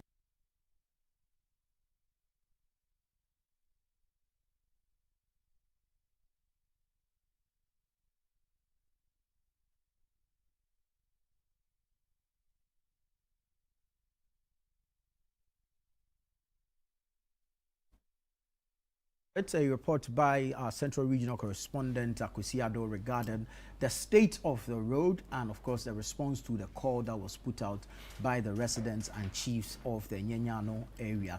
Jude, I don't know, this issue of road infrastructure and the challenges that accompany it. We've seen some level of construction across the country, but it looks like if I can put it that we relegated about 98% of our transport system to road transport. And so the road challenges will not be going away anytime soon. You're right. I mean, I was at the Ghana Railway Development Authority early this week on Wednesday to, cover a story where they outdoored a new master plan for, railway development and the movement of trains. And it will interest you to know that there was one done in 2020, which was supposed to take a 5-year, course for actualization. Now, according to Dr. Frederick Apo, who is the managing director of the Ghana Railway Development Authority, that master plan by the previous administration was not fit for purpose. So a new one had to be redesigned. Now, two things here. It brings to the fore again issues around continuity, right? It also brings to the fore issues around, stakeholder engagements, because how are we now seeing that a master plan developed back then wasn't fit for purpose? What was the level of consultation made? Like, who did they speak to? Who came up with the idea? Because mind you, state resources was used to come up with that. Indeed. Meetings would have been held, city allowances would have been paid, all of that. The point I'm really making is that there is enormous need for alternative transport, right? So, for example, if you had an active railway system, would ease the burdens for not only residents in Nyanyano, but of course the capital and beyond. So we'll see how this new master plan goes.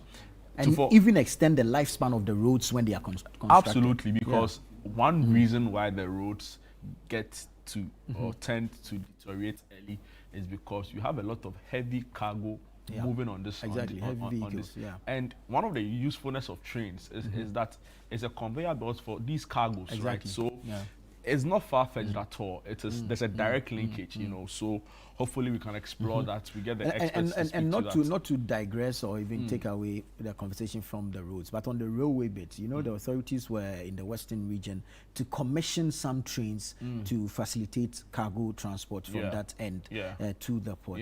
And guess what? I keep saying that the Ghanaian mind there, we need to commission it for study. Somebody needs to take a Ghanaian mind, a brain out of a Ghanaian head and study it, because I can't understand how we think as a people. Do you know that when they got there, people have stolen cables from the fixed trains and fuel from the reservoirs? That's not the only shocking bit of it, right? So I in fact, I asked the managing director of the Ghana Railway Development a question directly on issues around attacks to railway infrastructure. And personnel. Infrastructure and personnel. And it was like, see, it's one of the biggest challenges they're facing now. In fact, he mentioned that their personnel were stoned. One almost lost their life. He talks about the fact that people deliberately try to derail a train. Of course, there are bigger issues. So what really tends to happen is that when the railway is constructed, these are people's lands. We know the land tenure system in this country, right? And sometimes, there's this whole thing about project affected persons, right? So the due compensation is sometimes so enormous that they are not paid. So people, and of course, Mr. Government will have its way anyway. You get it? Because if government is bent on doing something, it's only the states that can stop the state from doing what it wants to do. Because the full power, the full force of the state is behind the state. Exactly. So the state will still go ahead whether or not compensation has been paid. And people feel aggrieved. Right, but of course, it's important to reiterate that if you are aggrieved about the state of an issue, be it compensation or whatever, the best resort is not to attempt to derail a train. So you're right; it's a mindset problem that we need to cure, and I don't know how we can cure this. It's serious. Other than see through the DMT education. that they recently operationalized that travels from Accra to Afenya to Mpakadan. People are stoning the DMT. That's the diesel multiple units. The DMUs, the diesel multiple units.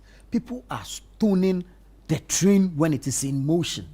I went on a tour on that train, and you can see people visibly crossing the rail line when the train is coming. So it's also an education problem, right? Because we're in this country, someone to park a bus, a truck in the middle of, you don't even know what the intent is, right? But there's also enforcement.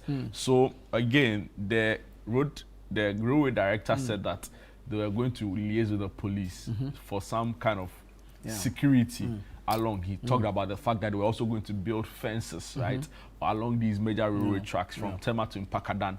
We'll see how that works. But yes, the point was to underscore the importance of railway as an alternative means to road transport. But Nyanyano is an area I know very well. Okay. You know, the Member of Parliament, Desmond Paytu, he's been quite vocal about the state of the roads for some time, particularly under the previous administration. He's an NDC Member of Parliament. First timer? No, he's been there for, I think, his second or third time. And it would interest you, right? The Nyanyano area is where the Church of Pentecost has arguably Ghana or probably even West Africa's biggest convention center in terms of a religious organization, right? And the kind of people the area draws on an annual basis will surprise you. Because what I do know for sure is that annually the church holds what it calls, for example, Global Ministers Conference, for so many people from all walks of lives, right, from the continent, like everywhere come to the country. They use that stretch. Now, beyond the Church of Pentecost, which is arguably one of the country's biggest churches, other groups, in fact, even this country, when we had a COVID crisis, the Pentecost Church gave out this place as a treatment center, you know, during the COVID crisis. I know for a fact also that other groups, you know, multinationals, international organizations, use this Pentecost Convention Center as a retreat center, as a conference grounds for like so my point is that a lot of people go there. It's become an international place, take it or leave it, right? So you'd have expected that governments would be minded about the state of roads over there. And also, you know, we talk about how congested the Kaswa enclave has become, you know, and if you look at the setup of the area, Nyanyano is like sort of on the outskirts, right? And it's a developing area. When you go there, you see that like people are building, houses are springing up. It's quite a nice place, you know, in terms of like the views, you know, and all of that. So I would have expected that in an attempt to decongest Kaswa, you know, and open up the space, Nyanyano would have provided an alternative in terms of how other people can settle, so we free up Kaswa from, you know, all of the congestion then, you know, which also then is there available land? There is. And then people will also consider the distance from the city center. Yes, from so markets. Then if you fix the road, you realize that it's actually not even that far, right? It reduces your travel time. Exactly the point. And again, the congestion issue in Accra, in Kaswa, I beg your pardon, is one of the reasons we hear for all of the bad press Kaswa faces. So every now and then we read in the news, sometimes not even Kaswa, but you know, if so they say, oh, they say Kaswa. They say Kaswa, right? Yeah. So the Utu Senya East MC is so not happy with that. Exactly, but you know, you can't really fault him. So I feel like if you open up other areas like Nyanyano through fixing the roads, you incentivize more people to relocate there. The space is opened up. You know, and we are better for it as a people. So I think this is great news that government is working on fixing the road. The president said he'll turn the country into a construction site. But we should look at the economic returns this will bring to the area as well. I mean, look at the videos, and if you count 10 cars, 6 are commercial vehicles. These commercial vehicles or their drivers have sales to make. But they will complain about the damage to parts of their vehicles plying the road in the state in which it is. So if the road is fixed, then the frequency of their visits to the mechanic or to Abusukai is reduced. And this is money they make savings on their income. Exactly. So that is how come then people will refrain from the narrative of, well, inflation is down, but I'm not seeing anything. You know, because at the end of the day, if they still have to travel on bad roads, they will spend more at the mechanic. Exactly. You know. Exactly. So all other indicators that need to come together for, if like the realities to be felt in your pocket need to be in place, and it needs to be aligned so that you're able to benefit of it. If the road is fixed and we are cutting food, say, from that area to the capital, it reduces the cost of transportation and ultimately the price of the food when it reaches the market. So I think it's really important that some level of work is being done on the road However, sustainability is very crucial in this matter. And one problem I have is that our roads appear to be all size fits all. So, I mean, you can't differentiate you have all manner of vehicles plying all types of roads. Aboboya. Is it right now? There's a new one called Keke. Keke. Yeah. Keke Napep. Yeah. You know, is that different between the Keke and the Prajia? It's confusing me. I feel it's the same thing, but it's just that it has different names in different areas. Oh, okay. It's the same thing, but it's called differently based on the area that you are. Yeah. But I think we have our Central Regional Correspondent, Akwesi Ado, on the lines. Akwesi, good morning. Thank you so much for joining us. Good morning, Chufo and Jude. And Good to have thank you. for having me. Good to have you. Good to have you. So this rehabilitation we're seeing now is based off of a report that you filed earlier. So how much of a relief does this bring to the residents and the people of the area? Okay, thank you, Nana. Let me say that the people or residents of Gomwanyanyano and the other communities like Kojoku, Dawa, Kakraba, and then the rest are really happy because this would really bring relief to them. It's been a long time coming. The people have really been crying about the state of this road for a very long time. And then finally, we've had a contractor coming on site to begin construction works on the stretch. And so the people are really glad that when they called on Channel One News, we responded and then highlighted the challenge which has drawn the attention of authorities. So give us an idea of the stretch. Where is it starting from and how long is it? So the entire stretch starts from Kaso around the roundabout, the main roundabout, and then a section of the road from the Kaso roundabout to Fijai Junction was constructed somewhere around 2021. But the construction was stalled from 2021. And then nothing has been done on the road until now. And so from Fijai Junction to the Nyanyano Township proper, which is about over a 3 kilometer stretch, a little over 3 kilometer stretch, is in a very deplorable state. And just that 3 kilometer stretch is really impeding smooth commuting in the area. Traders were finding it difficult to cut their produce from Nyanyano to the market center in Kasua. We do know that Nyanyano is a fishing community, and then there are a section of the residents who are engaged in agriculture as well. And there is a salt mine also in the community. And so the people were really finding it difficult to cut their produce or resources to Kasua and other market centers. And then again, there are some tourist facilities in the area. People were finding it difficult to access these facilities. And businesses on the stretch were really suffering. Those who run hospitality agencies, they suffered the most because nobody would want to lodge in an apartment that is filled with so much dust. And so it's nearly collapsed most of the businesses along the stretch. And so it's the reason the traditional leaders and the people of the community kept wailing over the condition of the road, Nana. We were just talking about the economic impact of roads, and it's important that you've touched on it. I mean, this enclave will serve as an exit from the Greater Accra region into the Central region, is it not? Exactly.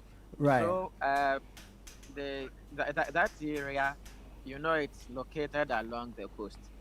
So you can from Gomwanyanyano, there's a road that can link you to Gomwafete. Right. But that road has also not been constructed. So what it is now is that if someone wants to commute from Nyanyano to, let's say, Winneba, the person would now have to circumvent through Kasua and then use the N1 highway. But if the person was to use the Gomwanyanyano, Gomwafete, hit Ojobi, and then Jahadze, the person would have reached Winneba long ago. But now it would take you about 2 hours to commute from Nyanyano to Winneba, a journey that would have taken you just about 30 or let's say 35 minutes if you were to use that alternative route we're speaking about. And so even though this main road is being constructed, the people are also pushing that steps are being taken to connect Nyanyano to Gomuafete so that they can easily commute within that area. So in the states that this road was prior to the arrival of the contractor, did the people have an alternative, and what's the state of that alternative road? There is no alternative route. There's no alternative? Yes, from Nyanyano to Kaswa, it's just a straight route. There's no other alternative. Wow. So they had to deal with the difficulty of traveling the same road on a daily basis. Exactly. And on Monday, when we engaged the residents, there's this woman who told us that, Gomonyanyano do not have, the community does not have any befitting health facility that can attend to some cases. And so when it requires that a patient would have to be transferred to Kaswa, then it became difficult for them. Because at night, especially when it has rained, no driver would want to ply that particular route. And so this woman was telling us there are instances where people have died on the stretch due to the fact that they struggled in getting transport to convey that patient to the health facilities in the Otusenya Eastern Cliff. And so this particular road, when fully constructed, would really bring great relief to the people of the community, Nana. So far, I picked two important things from the conversation. The impact on the economy, and this will have to do with hospitality facilities along the stretch. And then also I picked that of health and the impact of the poor state of the road on health, the absence of, if like, a proper health facility in the area, the distance patients would have to travel to seek health care, and the refusal of drivers to commute on the stretch, especially when it rains. But I want to look at commercial activities also on the stretch. And let's start off with the drivers who ply the stretch. What are their daily concerns when you speak to them? So their daily concerns are that, one, they spend longer minutes than usual on the stretch. And then two, they have to be constantly changing parts of their vehicles. And so every now and then they would visit the mechanic. And they told me that it is really eating away their revenue, because whatever they generate would now have to be diverted into vehicle maintenance. And so some of them, especially at night, resort to increasing their transport fare because they may want to recoup what they might have lost through maintaining their vehicles. And so during rush hours, they also take advantage and then charge extra fare. Wow. We also know that the Nyanyano area, in my intro conversation with Anatufo, holds some very huge edifice, right, including the Church of Pentecost Convention Center. Are there any other tourist attractions in the area? There are quite a number of them. So the convention center is actually located in Gomuafete, but it is in the same enclave. Because if you want to go to Yesu Krom or Millennium City, where the where's that Yesu Krom is situated, yes, Jesus' hometown. Exactly. But Jesus was born in Bethlehem. Now he's too opted to join the Yesu Krom. So if you want to visit Yesu Krom, that is the Church of Pentecost Convention Center. You would still use the Kaswa Nyanyano stretch, and then you take a turn at Millennium Junction. So what is it is that if I am coming from Nyanyano to the convention center, and if there is an alternative that has been properly constructed, like the one that links Kojoku and Dawa, or the one that links Gomuafete, I may not have to hit the Kaswa enclave before going to Yesu Krom. I would just use the Nyanyano Gomuafete road, just take a turn, and then reach the convention center. And if the road is properly constructed, it will take me less than 10 minutes to journey from Nyanyano to Yesu Krom. But because that road has not been constructed now, it will take me about 45 minutes to get there. Amazing.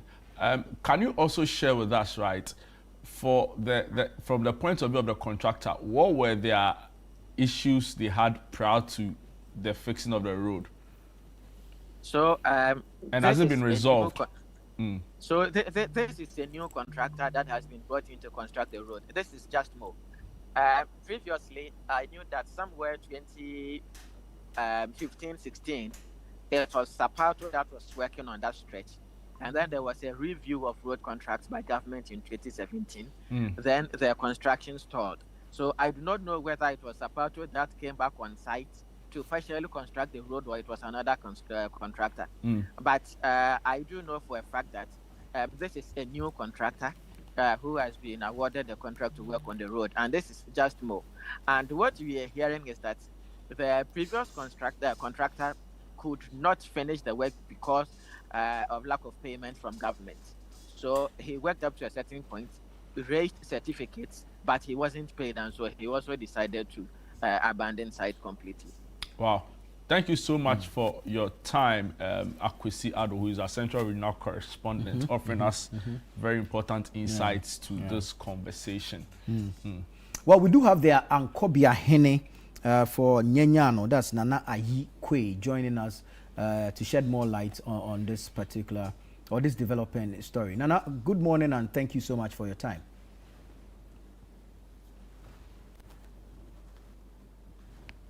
Hello, Nana.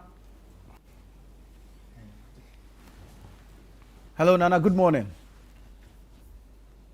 Well, we'll work the lines and get to Nana Ayi Kwe, the Ankobia Hene of Nyenyano, to speak to this issue of road infrastructure, especially the road network in the Gomoa Nyenyano area. But like I sought to do earlier, you see, when you have the conversation and you generalize everything, you miss out on the actual impact. That's why I sought to break it down. The health impact, the economic impact, the social impact, and everything. Imagine school children who have to wake up early. I think you have to wake up at about 4 a.m. because now a journey that would take you about 30 minutes would now take you about 1.5 hours due to the poor nature of the road. And it's difficult for me to have children at certain ages having to wake up before their normal waking up time. It's even unfair to them. It's unfair to them. And you see, they'll go to school stressed already mentally. So they're only to consume as much what the teacher will be teaching. They're already tired before their classes Exactly. And they will be tagged, they will be branded, they will be mocked, they will be punished. But it is no fault of theirs. They're in their formative years and they are being subject to hard, tough situations due to the poor nature of the road. The parent will have to travel from that area, perhaps works in Accra, and so has to set off early. And by virtue of that, the child will also have to wake up early to go to school. And it's difficult. There are deep-rooted problems with this. Exactly. So we don't. Sometimes we just think about the road, and the road is bad, but we forget to look at the socio-economic impact of a bad road and how it affects people who travel that road, people who live in the area. Imagine a food vendor, a wachi seller, tabletop wachi seller around such a place. The level of dust that will go into the food. And that's a big problem for people along the roads that are in this state, right?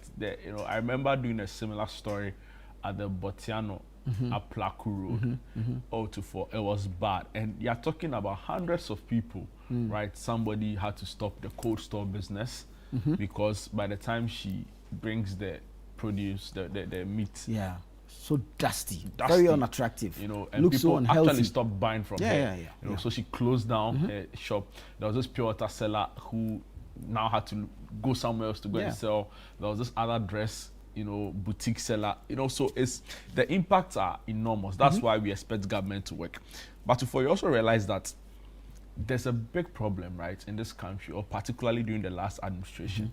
So many of the road projects stalled because we are being told that the domestic debt exchange program and of course the subsequent IMF negotiation meant that government needed to pause on capex, right? So all of these projects that were capital intensive, especially the roads, they had to stop and relook at the books.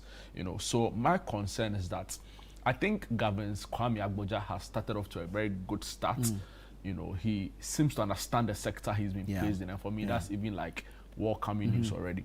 But beyond that, we need He's a built environment person, right? Absolutely. An architect. An architect, yeah. Built environment. I'm not really sure what his specialty is. I think he's an architect. But he understands the sector. The sector. Hence, you can't take that away from him. Yeah. He was on the Roads Committee of Parliament? Absolutely. I think he was even ranking member, you know, and, you know, he understands the sector, like I'm saying, knows the roads off head, knows the challenges across each sector or each road. So we give him credit for that. What we'd also expect is that going forward, we need a clear financing model for indeed how all of these projects are going to be financed. Some of them are World Bank projects, so the structure is already there. Some of them are government of Ghana, you know, but we know that we know there's do you know why I'm laughing? Contractors will tell you that avoid GOG funded projects, go for donor funded projects, because that one the money is assured. You see. So these are some of the stereotypes I need this government to break. But I can't really fault them. Government to start well, then in an election year, everything goes overdrive. Why? Because they need to maintain a certain vote base, and if that vote base is now calling for roads, calling for hospitals, calling for, you know, and that's why we need to depoliticize our national development. Thank you. Others have said that maybe a fiscal policy which is binding. Already in place is there, but nobody pays attention because it's not binding. So an enforcement problem, right? Exactly. Let's go back on the phone lines. Let's speak to Nana Ayi Kwe, the Ankobia Hene of Nyenyano. Nana, thank you so much for your time this morning. Thank you for having me. Great. It's good to have you. Now, even before we discuss the road, I've sat in a conversation that, excuse me, but it's actually discussing your name and your title. They are wondering why a Nana is an Ayikwe and not a Ni Ayikwe. So if you can help us with a little bit of education. Nana, the name is Nana Ayikwe. Ayikwe. Very well. So, I mean, the conversation around it is that most people were expecting it to be a Ni Ayikwe and not a Nana Ayikwe. So, if you can help us with some small education around it. Seriously, that's not what we are here for. Yeah, but very well. Name, Nana Ayikwe. Nana Ayikwe. Nana Ayikwe and Kobia Hene of Nyenyano. Appropriate time we'll discuss about that one. Very well. Now, take us through this road situation and the difficulty it posed and what your expectations are regarding the movement of a contractor to sites. Yeah, thank you very much. We spoke with you on your network that's a week ago. Yes. About the road. I mean, difficulty in, you know, applying the road and all of that. But fortunately for us, that very day, last week, in the, let's say around 3 p.m., the MCE,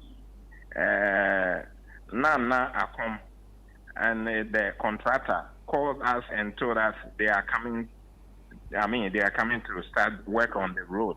That same day. Right. So we quickly organized ourselves and met with them at the palace. You know, so everything was done. We went to the road to do some, you know, traditionally there are a few things you need to do and all of that.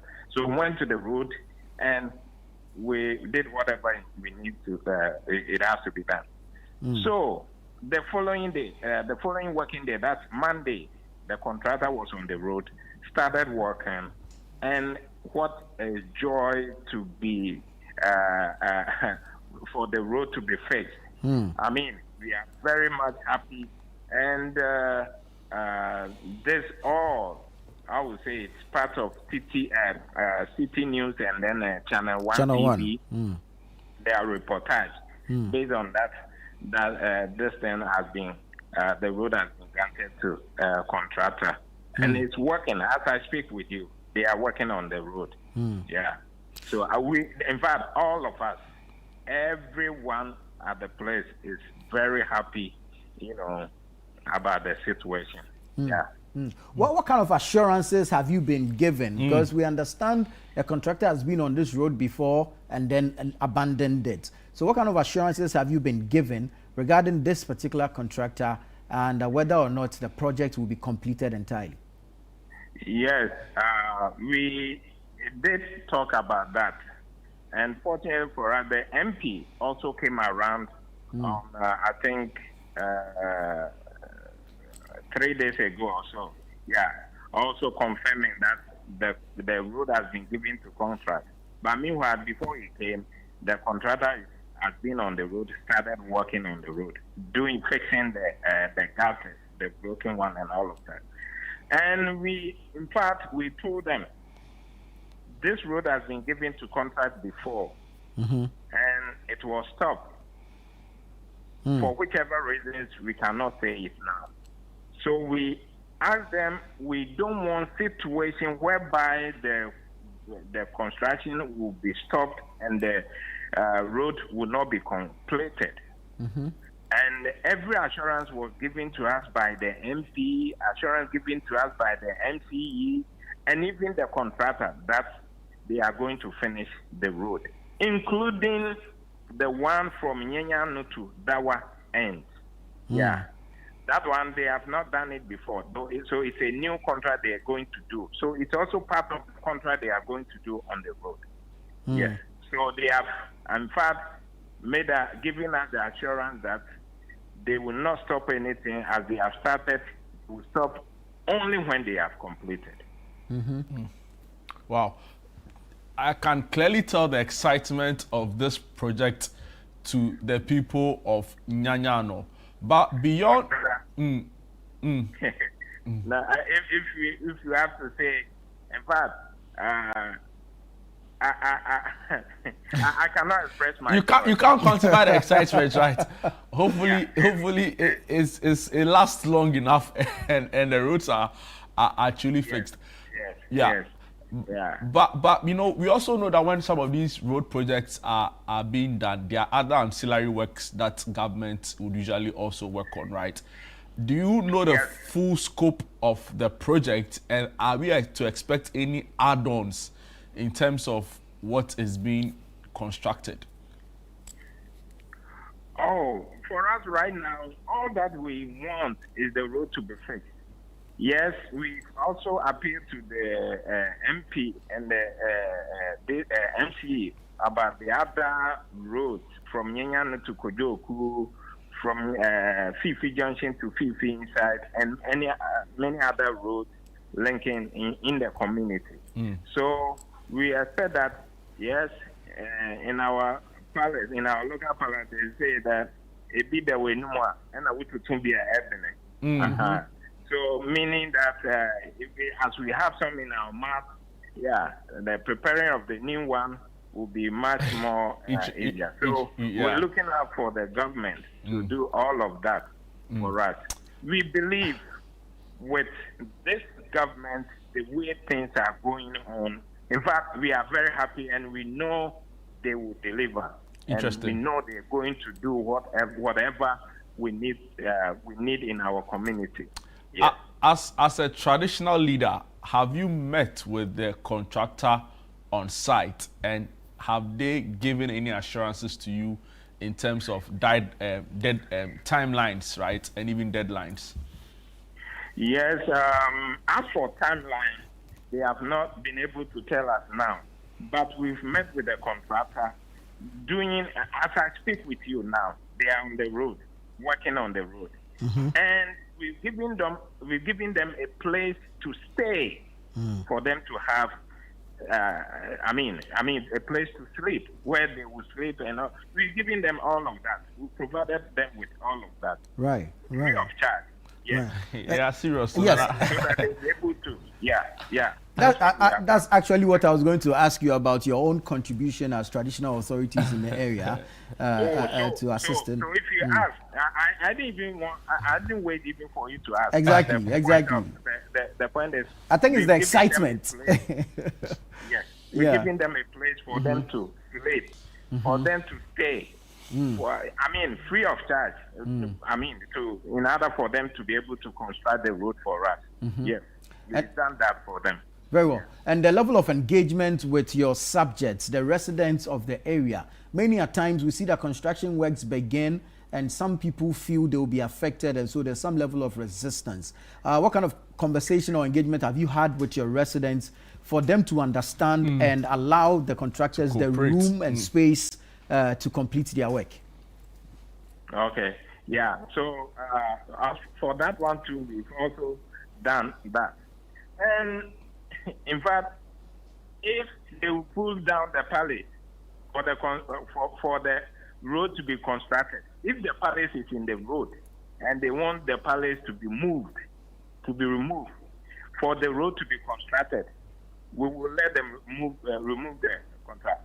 That meaning that every obstacle on the way, I mean, we've talked to the subject. Everyone is happy. Everyone is happy. Except that, in fact, if you have something by the roadside and, they pulling it off, sometimes you may have something to say. But, hey, most of the people, of our people, are happy. Yeah. Wow. Yeah. Well, we're excited just as you are, and we pray and hope that the construction will meet the standards and will be completed in time to help ease the pressure and the challenges of the good people of Nyenyano. Nana, thank you so much. Thank you so much for your time this morning. Thank you too. Thank you, Channel One News, and then we also thank you for City News for, carrying the news item and then seeing it done as we all wanted. We are grateful to City News. Thank you so much. And our correspondent in your area, Akusiado. He's doing a fantastic job. He's the one that brought us the report. So yes. Ado has been very good. He has been doing a wonderful job. In our praise. I hope one of these days he will just he will invite me to come to your studio and then we have some chat. No problem, Nana. Bro, Nana, thank you so much. Thank you so much, and we wish you well. I don't remember the last time a conversation on roads was being had, and the persons affected were so excited and optimistic. It feels like it tells you how long they have suffered the burden of a bad road, and how much of an impact it has had on them. Because the contract, according to Akwesi, was initially awarded in 2016-17. So a whole 2 terms of a government passed. They didn't really see much action, and now, so you can clearly tell that the excitement is palpable. They are really in high hopes. But like I said, this country can. This country has a way of breaking people, right? It can lift your hopes, and we hope that is not the same with this administration. Because I was making a point that once we enter an election year, everything changes. All the fantastic things we knew about economic planning and economic management is thrown away.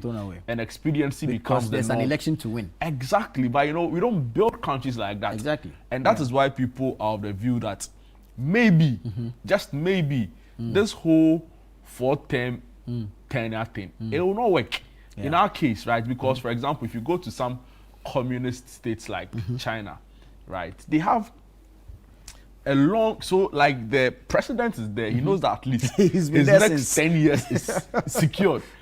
So they can take long-term measures. Some of them sometimes or often at times are even very unpopular, but they know what the benefit is for the long term.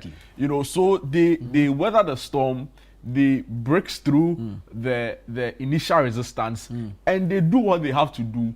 And 10 years later, the overall interest of the country is realized because of that decision they took. But here we start, Charlie, we do the thing, then by the 3rd year, the primaries are being held. Then you are being questioned. Charlie, they removed my container. Hey, then this will do vex. Journalists will take microphone there, and then people tear the president. They'll dress him proper. Then now they'll go to cabinet. They'll show the videos. Hey, Charlie, people are saying this. Then this one too. He said, hey, project affected persons. Then the knee-jerk reactions. The MP2 send proposal. Hey, my seat is on the line. Because some other person too is opposition member is cutting his legs.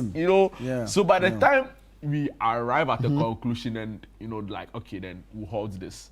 And everything is derailed. Then everything retrogression. So by the time we come back, we are coming back to square one. And this is even like wasting state resources because we would have started some work, you know, consultation fees. Yeah. They even have what they Feasibility call studies are actually very expensive. All of that are thrown away and we start afresh. Yeah. There's even something they call mobilization. So monies are paid just to gather equipment and bring, you know, like we need a more structural shift from the norm, you know, and I hope that this government is minded to do that. They have enormous It's important. And I feel sometimes you might have the right intention behind a policy, but the implementation or execution is where the problem is. Yeah, right. And I feel we do wholesale developments.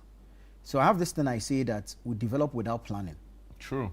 And it's reflective in so many instances. Listen, we've concretized everywhere in this country, and now we are containerizing the concrete. Yeah. So you feel like Nimoy Thompson and his team, Dr. Nimoy Thompson, I feel they have a role to play in this. And they are playing that role. Listen, you go to their office and the documents sitting on their shelves gathering dust. Because it's not documents. Because political parties are not binded. And so political parties will subject that document to their own political jargon. Before implementation. To be fair, political parties also run on ideologies, right? But political parties run our countries based on party manifestos. Yeah, but that's where the problem is. The manifestos is built on their ideologies, assuming they are even run on ideologies in the first place. And those ideologies, you know, dictate to them how a country should run. So if you can't, everybody has a plan on how they want to develop Ghana. You know how many development plans we've had since Nkrumah? Nkrumah 7-year development plan. Vision what? So maybe 40-year development plan. So maybe where are all those So plans? maybe the NDPC should have a more collaborative approach. Perhaps it does, but it doesn't have the authority to insist. We can't work with perhaps. But we can also work with maybe. So they should tell us whether they engage the two. They should the do. Political spectrum. If they were not, why are they in existence? A party would have taken them out. Yeah, but I see maybe too. Also, the politicians are at fault. Because if they, you know, if they sound like hold on. Let's speak to. We should have this debate because I'm really interested in what you mentioned that the enclave where this road construction is happening is one of the areas where there are a number of hospitality facilities, and some of these facilities are one of the most affected by poor roads in the area. We have a manager of Tinarikas Lodge, Ferdinand Tekon, is joining us. Ferdinand, good morning. Hello, sir. Hello, good morning. Hello.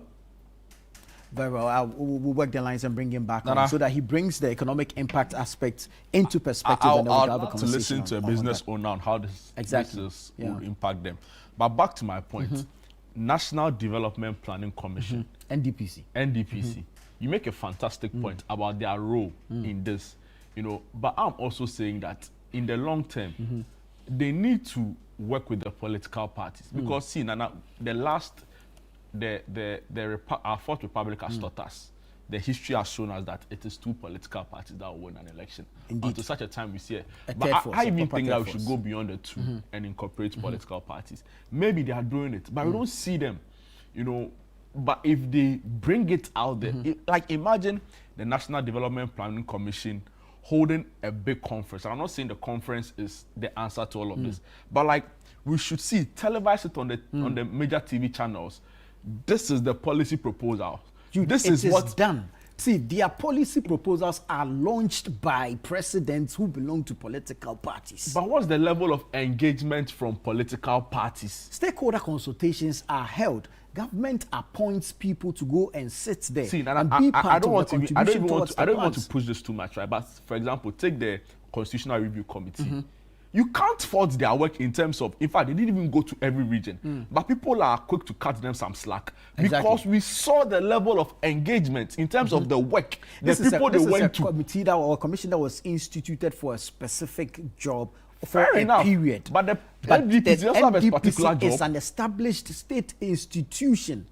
So hold on. I think that they can adopt let's speak to a business owner and then we'll come back and we'll continue this conversation. Ferdinand Tekon is the manager of Tinarikas Lodge. Ferdinand, good morning. Good morning, sir. Thank you so much for joining us. as a business owner, we want to know your own perspective regarding a poor road that leads to your place or business operation, a place of operation, and what the impacts have been over the period. Thank you very much, Nana. So, with the deplorable state of the Cascadia, as a business, there's a lot of dust that is created on the road. And this dust actually infiltrates our facility. That is the first thing. You know, as a lodge, we have these white linings that we use. We have duvets, we have bed sheets that we use, and white towels. And so most of the time, these does make, cleaning work and housekeeping work very difficult for our staff. You have to spend a lot of money to buy detergent, almost soap and other things in order to be able to keep the facility clean. Secondly, with the nature of the road too, the dust sometimes affects the machines that we use. We have sound systems that we use for our event center. And so most of the time it enters into the sound system and then causes breakdown as well. But the most important one is that when it rains, there's a lot of mud. And customers who are coming to the facility would step through these places and walk into the facility, making the place, very unsanitary and then uncomfortable for others. And due to the nature of the road, when it rains, a lot of taxi drivers don't fly the road anymore. So you see that customers would want to come, but then there are no taxis to ferry them to the facility. Even we as a business, when we go to town to go and then do purchases, you have to struggle to get a tire. They will tell you that their last stop is around Paradise, where the road was constructed to. And so if you want them to bring you beyond that point, it means that you have to pay extra fare, or you have to charter them individually. They are not usually willing to come. And so these are some of the challenges that we face. Beyond that, we also have to look at the health issues, because staying or working in an environment which is full of dust, you are inhaling this, you'll be having headaches, some people also have allergies. It's not just us. There are working days around us, and these people are losing businesses because who will come and then wash their cars, and then within the next minute, the cars will become dirty again. More food vendors that operate around the road have also been affected by the poor nature of the road. And so that is what we have been going through over the years. Are you able to quantify or give us an idea of the cost burden it places on you? Because if you take just apart from the challenge to patronage of your facility, maintaining the facility itself will now come at an increased cost burden. Are you able to give us an idea of what this is? Okay, I don't have the numbers currently. Yeah, not necessarily the actual figures, but paint the pictures to us. For the whole month. And so what you can easily notice is that the amount of cleaning detergents that you use have increased by twice what you were using previously. Exactly. Because right now, if you were using, let's say, a gallon of POP, and you were using a stack of Omo and then other detergents for your cleaning work, right now it's not enough. The housekeepers will come and tell you that due to the dusty nature of the road, they need more to be able to work to keep the place, under sanitary or hygienic conditions. And so you have to supply them because they need to do their work. But I can't actually give you the numbers as I can see it. But clearly, you're spending more now to keep your facility intact. Exactly. That is what is happening. Because with that level, most our facility, most of the things we use are white. The bed sheets, the duvet, the pillowcases are white in nature. Our building, the interior has been painted white. Okay. And so a customer would come to the facility and would complain that the place is not clean. It isn't that the housekeepers have not done their job. But after they are done and have left, the amount of gas on the road enters into the, and so the person walking and then touch the duvet and tell you that this duvet has not been washed. But that is not the case. The duvet has actually been washed, they've been changed. But then the dust that have entered the room and have settled on it makes it look that way. And so you are forced to change it and then go and then wash it. And you are using electricity. Exactly. You are using detergent to do all of these things. Even with the interior, the painting is white. And so something that we could have painted twice a year, now you have to do that maybe 3 or 4 times to be able to keep the place under the same hygienic condition that is required by the tourism authority. I was going to ask that you talk to us about utilities, water and electricity, but it looks like you've touched on it. So your consumption rate is also going to go high. Yes. Wow. For instance, with water, the Nyanyano road, we don't have access to safety supply of water. Now it is better than before, but most of the times we are they schedule us. So maybe 2 weeks, those of us on the left side of the road will have access to water, and maybe 2 weeks, those on the other side would also have access to water. We had previously light challenges, and this week alone we had light off like twice. And for a facility like that, anytime the light goes off, you have clients. It means that you have to put on your generators or your mini plant, and that is cost to fuel. It means that your maintenance of the generator too is also going to go high. So it's a lot. It's a lot to deal with. Ferdinand, can you just finally, before you take leave of us, and thank you so much for your time this morning, but before you take leave of us, can you create a picture for us, right? Prior to the commencement of the construction, do you get a sense that the state of the road has affected your business in terms of patronage, right? Do you get a sense that if the road is fixed, more people will come to the lodge and probably spend more? Okay. I earlier stated that when it rains, the road become muddy. The potholes on the road widen due to the erosion that is taking place. And so taxi drivers are not willing to ply the road. It means that customers who want to patronize our facility will be stranded. All right. Personally, last year there was a heavy rain, and then a lot of cars were not coming. I had to walk from Kakraba all the way to the facility, and that is me being a staff. So if I were a client who is trying to patronize the facility, I wouldn't go through this hassle to come and then patronize your lodge or your event center. I would go elsewhere, and that is taking business away from us as a facility. That's what's happening. Secondly, we operate a mini bar.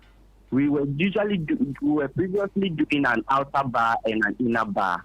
With the outer bar, with the nature of the road, you can't set up the place for people to sit. People have allergies. People are health conscious, and we don't want to sit under a facility where they are exposed to a lot of dust. When you put something outside for 5 minutes, and then you go and take that thing, you see how dusty it is. So it tells you how much of inhalation of the dust customers would be dealing with, even the staff. You get it. And so certainly these are all costs to the business. Even if you are a private, if you have your own private car, how much does it cost to maintain your car? Some of our customers have personally stopped coming here, and when you ask them, they will tell you it's because of the road. Twice a customer came here, and then his car got broken down. And so he told us that in as much as he loves our facility, the cost to his car would stop him from patronizing us. And he is not alone in this. So that is what is happening. When the road is fixed, access to our facilities and other facilities that operate within the Yenafo enclave would be easier. More cars would be flying the road. Tourism is going to improve within this particular place. And then the whole community is also going to benefit as well. The town needs to open up. But if the nature of the road is so poor that people are not willing to come, how much more tourists? So interesting. That is what is going on. All right. Thank you for your time, Ferdinand Tiekon, and we also wish your business well during these tough times. The good news is that the road is going to be fixed. We don't know how long it will take, but hopefully soon enough, so your business can, get back to life. Not only you, but all the others along the stretch who have been affected by this. But I'll just wrap up to say I believe strongly that, it's great news that government is doing this. Point one. Point two, we need to commend them to do more. Point three, we need a clearly defined financial model to finance road projects in the country that is being spearheaded by government.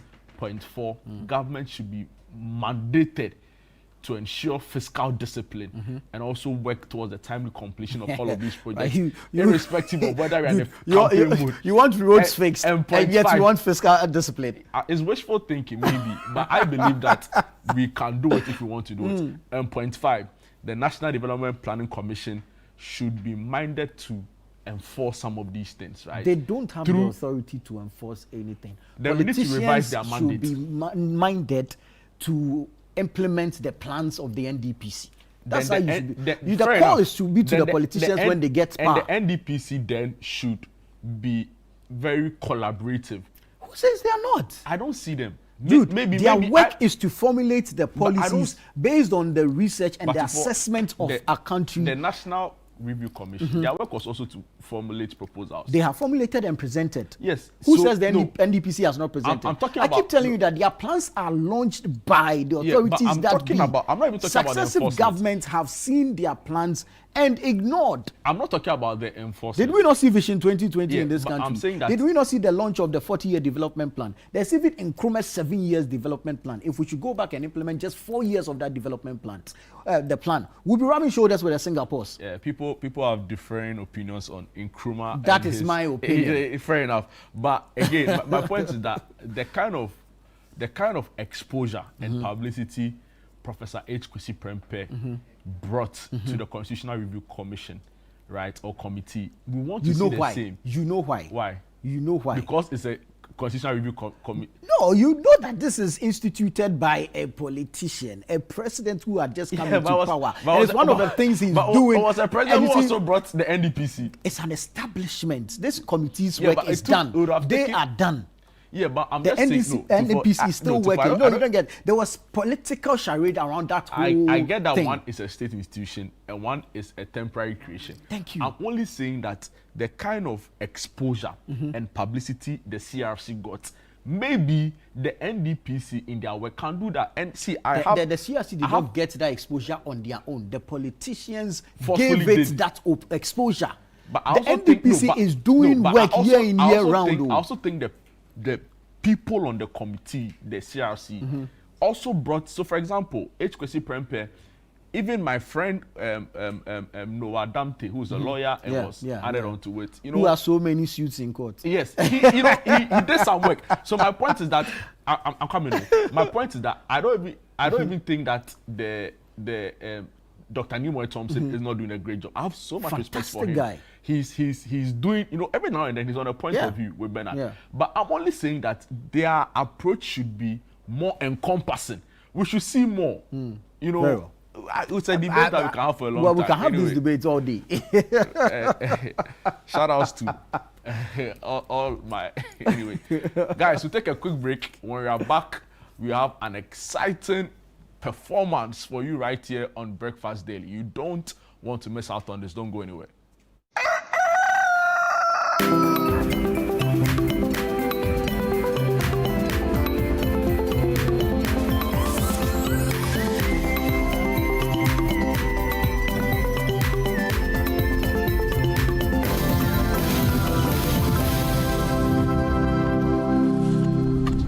Life is a celebration of moments. Big and small. The sun is scorching, I'm feeling the heat. With Piva Drink, every moment becomes a refreshing celebration. From the beach to your home, in every corner of your world. Piva Drink at a burst of refreshment. Give me Piva cocktail and tangerine.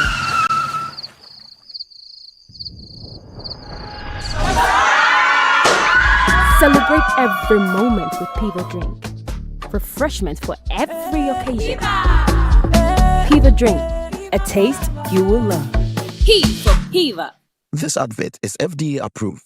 Are you planning to relocate from your company office or house, whether across cities to another town or halfway around the country? You want a moving company you can depend on to get you there? Let me introduce you to Logistics Movers. We are here to help you every step of the way, from planning the move to unpacking the last box and settling into your office or home. We have the expertise, experience, and market understanding and offer fast, reliable, and professional transportation services in Ghana. Our main thrust is to successfully move your business, household items safely, on time, and hassle-free. You can call us on 0246 833 539 or 0244 342 465. You can also send us an email to info@logisticsmovers.com or check our website www.logisticsmovers.com. Why expose your company or household items to theft or damages when you are relocating if it's avoidable? Logistics Movers, we help you relocate. Watching DSTV means getting the TV you love, but staying connected means getting something extra. Stunning. Extra matches, extra dramas, the best local and the world's biggest. Extra laughter, music, movies, and extra vim. I love it. Just stay connected or reconnect and get upgraded to the next higher package at no extra cost. Charlie, we got you. Keep watching. Get more with DSTV.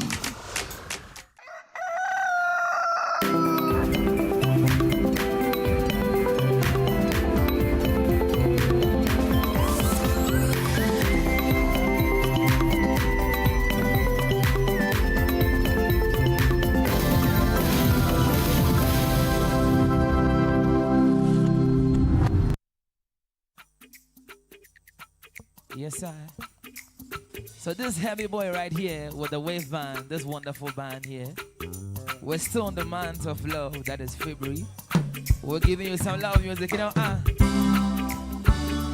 we got to know, yes, sir. Turn your lights down low and pull your window curtain. Oh, that shadow come shining into our lives again. Say yeah, ooh, it's been a long, long time. I've got this message for you, girl, that it seems I was never on time. Still I wanna get through to you, girl. One time, yeah. But I want to give you some love. I want to give you some good, good loving. Oh,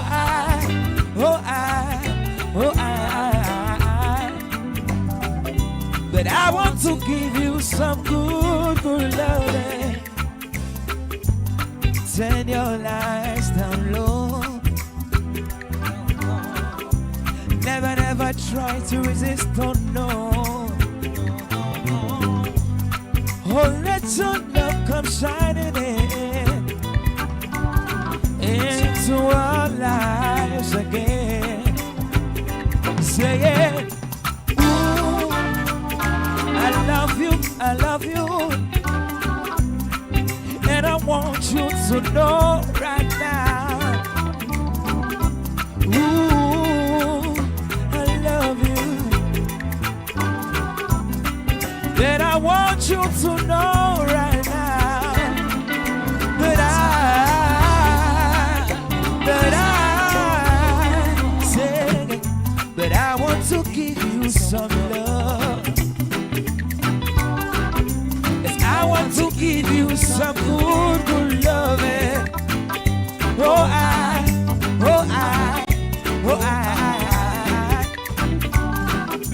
Yes, I want to give you some good, good loving. One time.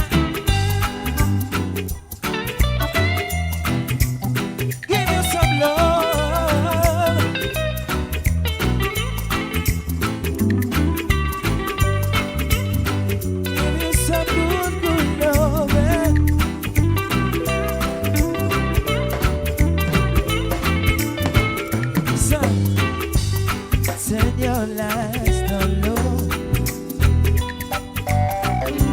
Never I try to resist, oh no. Won't let your love come shining in into our lives again. Say it. I love you, and I want you to know right now. Ooh, I love you, and I want you to know right now that I say that I want to give you some love. I want to give you some good loving. Oh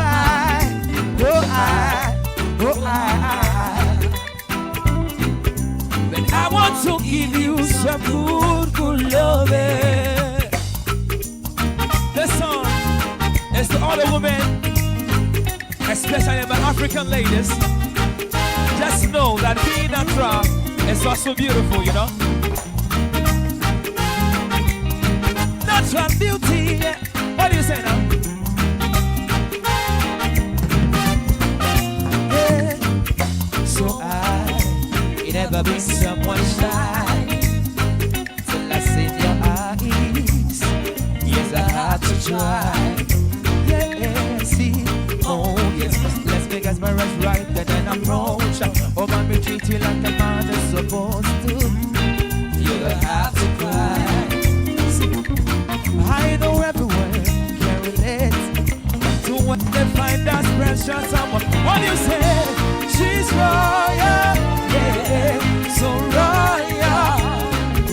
But I won't say in my life I never knew anyone so one of a kind. Yeah, never she moved to her own beat. She has the qualities of a queen.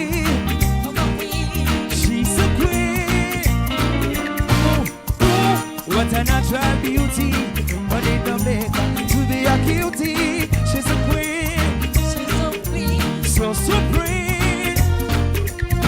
I know when they ask you what a good woman is made of, she is not afraid or ashamed of who she is, but she's royal, yeah, so royal.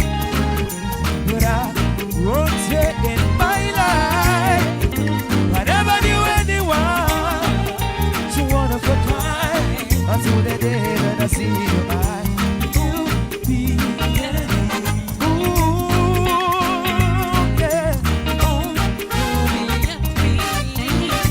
yes, the way she smiles. Ooh, that look in your eyes, natural beauty.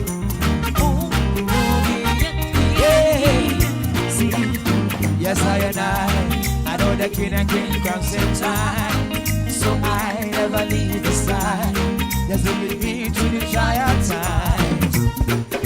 But she says she no mind. But right now good man is hard to find. But she cannot run up on her tonight. That's why she has no time to decide. Hey, I know many men are trying, but she needs to be more than wine. What do you say? She's royal, yeah, so royal. But I won't say in my life I never knew anyone so one of a kind until the day that I see your eye. Ooh, ooh, baby, what? So the way she smiles, natural beauty now, you know, one time. This is the way back to age. My brother right here. And I use some sweet tune, right? What is it? Yeah. You make me wanna be alright, the alphabet. So I can put you as the letter I. Take my heart, baby, carry go. But if you leave me, baby, I go die. And to me, see, get it.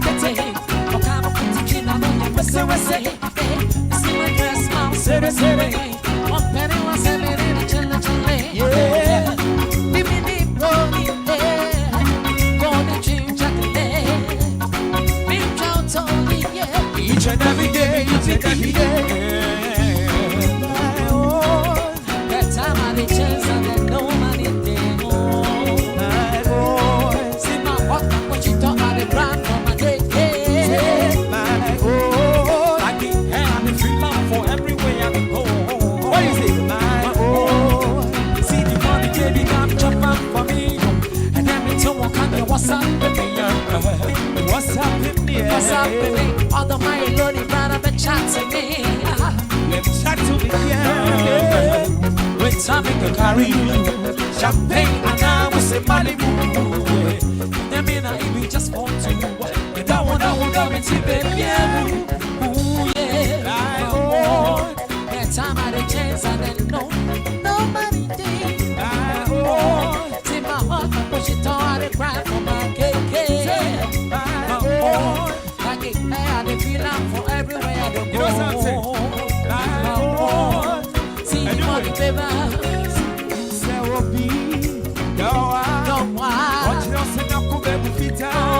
Say what be? See your power. What you don't say no come baby go. Sa, now I don't see it. What do you say? Sa, I say sa, now I don't see it. Sa, I want to go. Tell you all I need, and I am always missing you, miss baby, miss. But I need your tenderness, well baby I can't resist you, miss baby, miss. Oh yeah, squeeze me tight and close, come and do your papa this kiss I screws. Me and you forever, the honor go divorce, we goes too long like we prosper the most. Never turn your voice when you call me there. Oh, Ryan over, she scream again. In on the house, we want to feel relent to the sunshine from water. Hot it, yeah, you all I need. But I am always missing you, miss baby, miss. All right there, miss. Hey, you boo, what's in me? Hey, you this time I didn't move. Although me press me once I won't Hey, what is it? And you move, I won't pray more than one another. This time I didn't move one day. Although me press me once I won't I'm feeling lonely, I can't want me tonight. Baby, I'm coming, I will feel you right. But even you open, remember why you're nice, remember why you're fine. I'm feeling lonely, I can't want me tonight. Baby, I'm coming, I will feel you right. But even you open, remember why you're nice, remember why you're fine. Right now, You see I come that's how I do right here. The man side, the man you want, send me quick broke. We tell you say. I can't believe say I come in cool. The man side, the man you want, the best every good broke. So when shall be who? Why my nigga they rubber for me? I can keep the pain to be good for my head. Walk upon and then you measure me. I'm more than just to cool down my hair. See what the pajai samai. If it's me and some make them walk on me, but I don't walk at me if it's a wine. Let's see what could be. That's all no kind of thing. What's it? With me, my see. So I'm missing I'm not even a sandwich, my baby. I see me buy and go see. All the music I want to buy and it's I tell my cool. I can't believe say I got cool. I got me cool.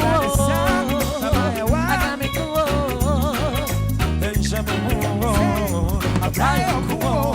I can't believe I got me cool.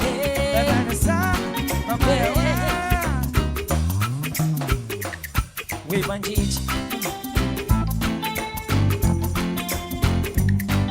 You know what I'm saying? Say, la la la la, la la la la la, come on now, la la la la la, la la la la la, la la la la la, la la la la la, One more time, you know. La la la la la la la la. Standing across the room, I saw you smile. I said I wanna talk to you for a little while. But before I make the move, my emotions start running out. My tongue gets tied, yeah, that is no lie. I'm looking in your eyes. I'm looking in your big brown eyes. Oh yeah. What do you say? Say, girl, I wanna make you sweat. Sweat till you can't sweat no more. But then if you cry, I wanna push you some more. Girl, I wanna make you sweat. Sweat till you can't sweat no more. And if you cry, I wanna push it some more. La la la la la la la la la la la la la. Come on now. La la la la la la la la la la la la. See me now. La la la la la la la la la la la. See. Superstar, if she loves me or not. But if I don't know that love is to get. See, I want a little bit of this and a little bit of that. The lyrics got to come me a time. My tongue gets tight. Yeah, that is no lie. I'm looking in your eyes. I'm looking in your big brown eyes. Ooh, yeah. We tell them now. Well, I wanna make you sweat. Sweat till you can sweat more. But and if you cry out, I wanna push you some more. Well, I wanna make you sweat. Sweat till you can sweat no more. But and if you cry out, I wanna push it some more. La la la la la la la la la la la. Come on now, la la la la la la la la la la. See me now. Hear me now. You know one thing?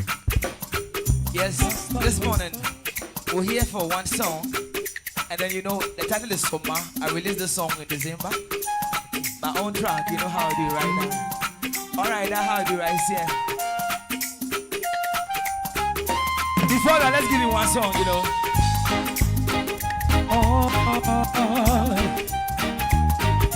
Yeah. Night seems to fade at the moonlight. There is song. There are wonders from everyone. Oh, the stars shine so bright, but they're fading after dawn. There is magic in Kingston Town. Oh, Kingston Town. What do you say? The place I love to be. If I have the whole world, I would take it away just to see the girls and playing. Oh, when I am king, surely I walk it away at the palace and then breathing. Oh, and now I am king, and my queen won't coming down. She'll be waiting in Kingston Town. Let's go. Oh, that's how we do right here. That's the way Vine GH together with Heavy Boy right here. Sweet music only. Yes, I.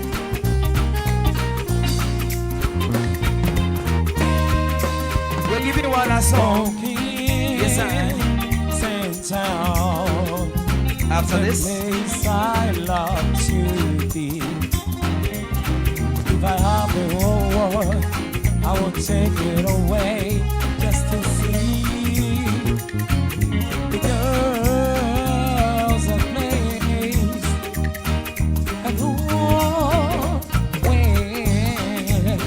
when I can, surely I will need a queen and the palace and then breathing. Oh, and now I am king and my queen will coming down. She'll be waiting in Kingston Town. all right now. This song is titled Summer. I released this song in December, you know. We're planning it small, you know.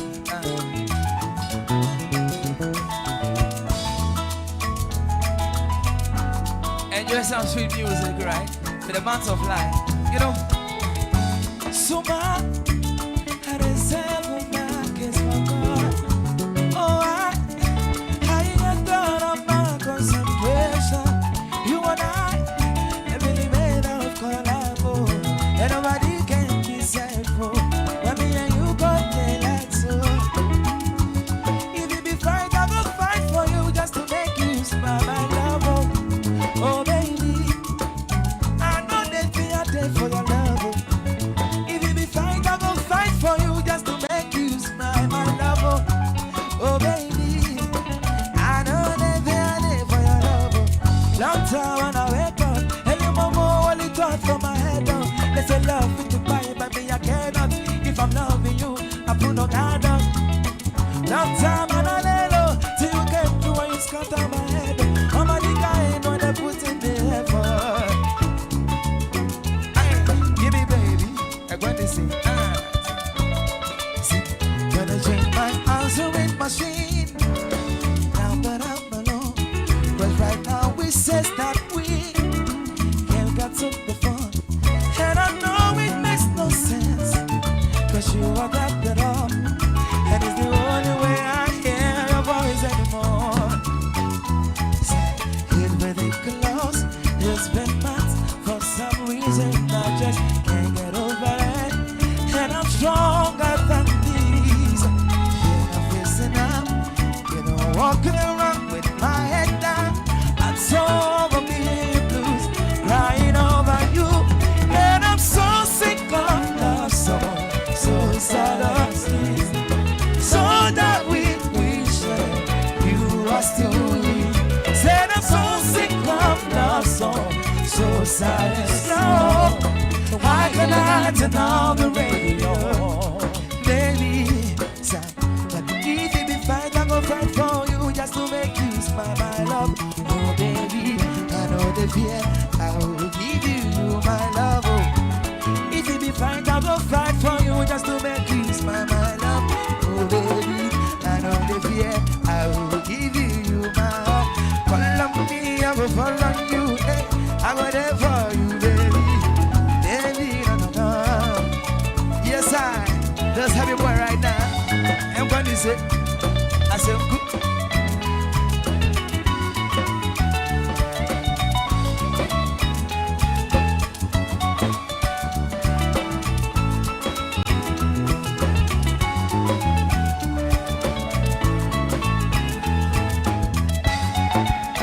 Come on now, say. And what is it? And what is it?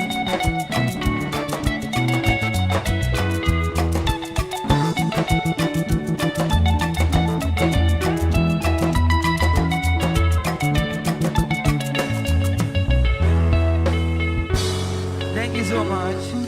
This is the Wave Band, heavy boy right here. We like This is how we like it. This is how we like it. Vibes on vibes +5. We don't pull none. You know what I'm saying? Charlie, Heavy boy in the building. No, this is the wave Charlie. band, right? This is the wave band. Charlie is the rave master. No, this is So too we should have much a fun. rave. You understand? A wavy rave. A wavy rave. I like that. Amazing. With Heavy Boy in the car. Yeah, You know what I'm Charlie, saying? bro, Straight up. amazing. Yo, we love it. We love it. Thank you so much. Wonderful performance. I mean, some of the faces are familiar. Some of the guys we know them. This man, they my man. Oh, yeah. Yeah. Like Shabu King. Yeah. Amazing. Yeah, and that guy too, Killer Fingers. Yeah, he's be my man. Yeah. You know no, this chairman to Anoa. You see the thing if you dey play Shabu Shabu, So wait, you understand? You know, but there's an amazing team. I'd like you to just run us through the team quickly, right? These All right, guys so are unbelievable. this is my keyboardist called Luke Man, very good keyboardist, and this is my guitarist fantastic. called Akese One. Okay. Yes, that's how, and this is my singer.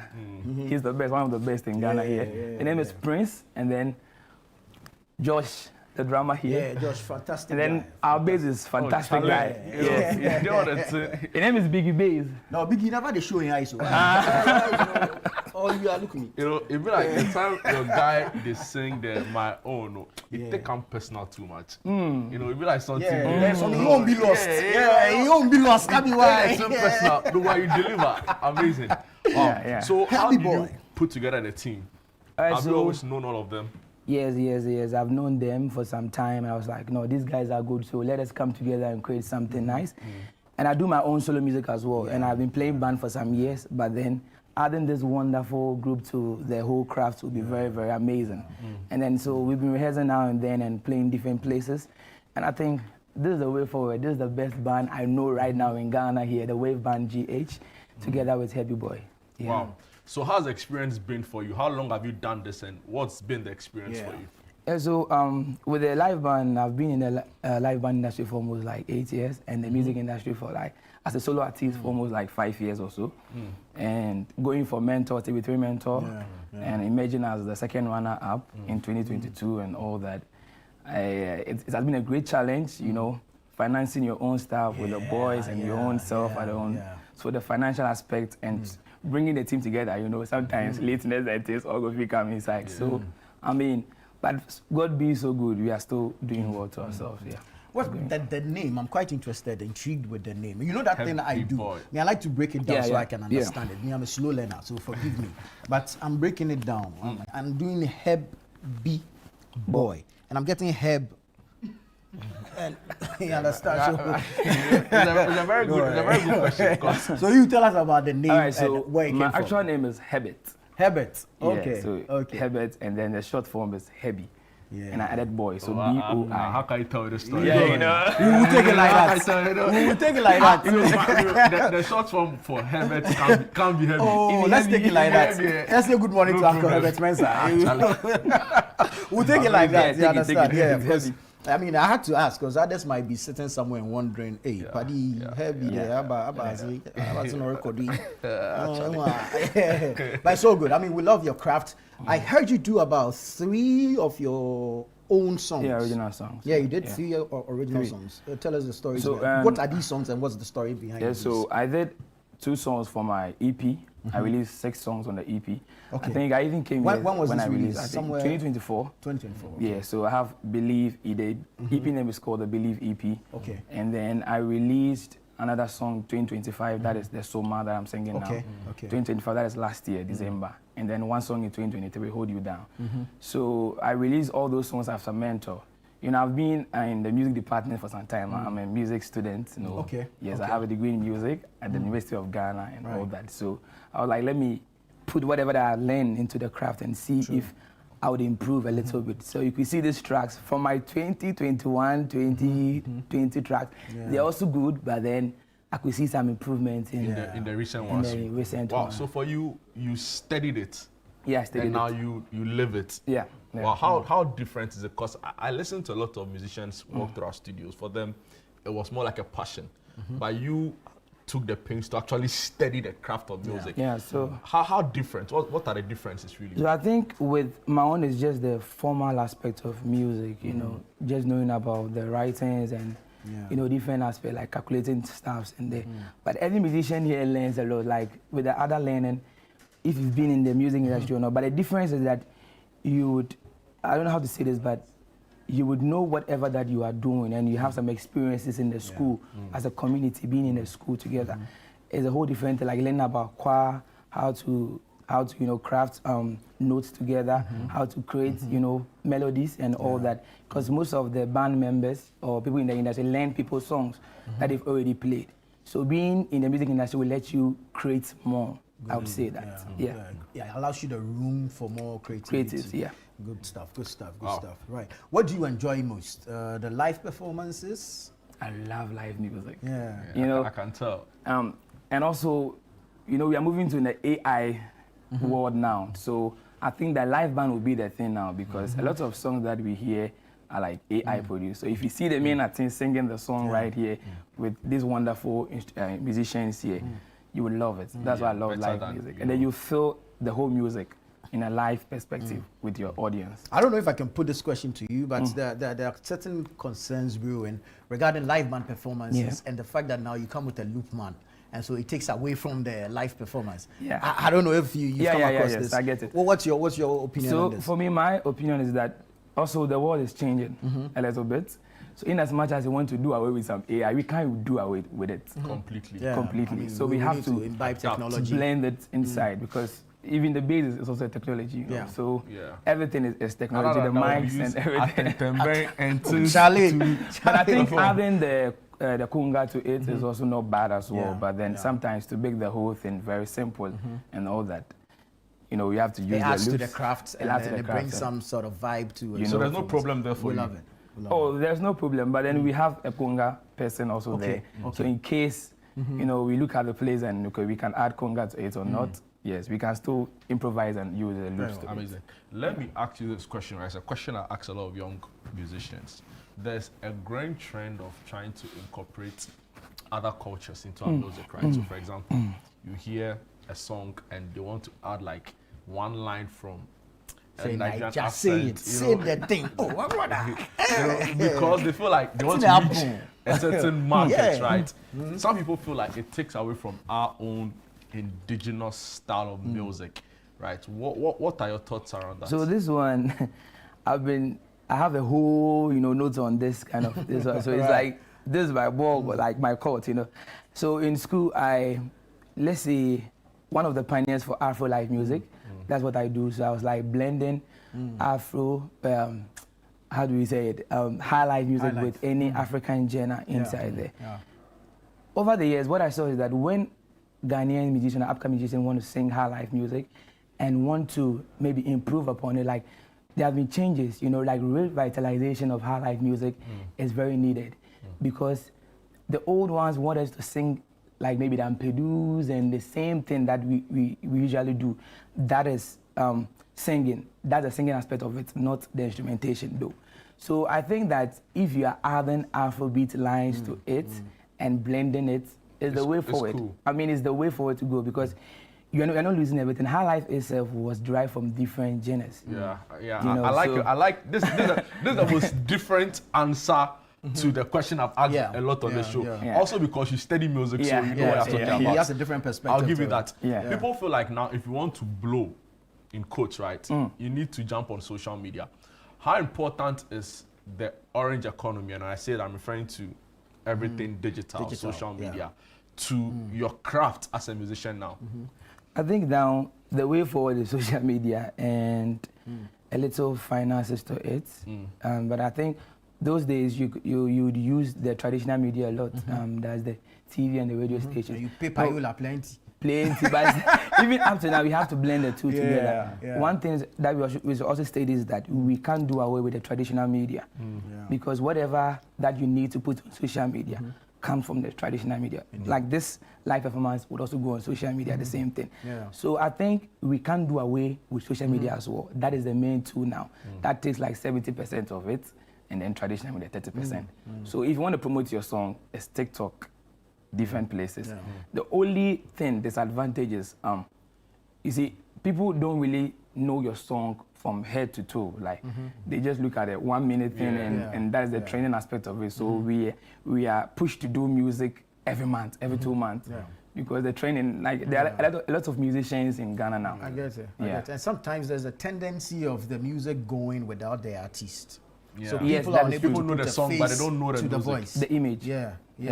It's a challenge you face. Yeah, it's also a challenge because platforms like Spotify, like AudioMac have different promotional strategies that people also listen to various artists on Spotify and AudioMac. So sometimes you could see that when you're playing a song from AudioMac, you'll be like, hello, this is Heavy Boy, you can listen to my songs and all that. So if you don't attach the social media, like your face singing so and all that together and check you out, it will be a very big problem for you. Very well, very Charlie, well. Heavy Boy, you know too much. So what's next? You have a project coming up. What's going on? Yeah, so I have a project with my band coming on. One of the songs that we performed here, NEJ, will be released very soon. Okay. It hasn't been released yet, but we played it here. Oh wow, exclusive. Yeah. You heard it here first. You know what I'm saying? Exclusive. Right. It will be released here as well. And I have. So when's the release date? That is next still in month, the but I works? can't tell. Yeah, Very well, it's very next well, month very though. well. We look forward to it. And then I have some album coming on. I have a song with Victor Adi and some Nigerian artists. nice. You know. Who's your dream collaboration? I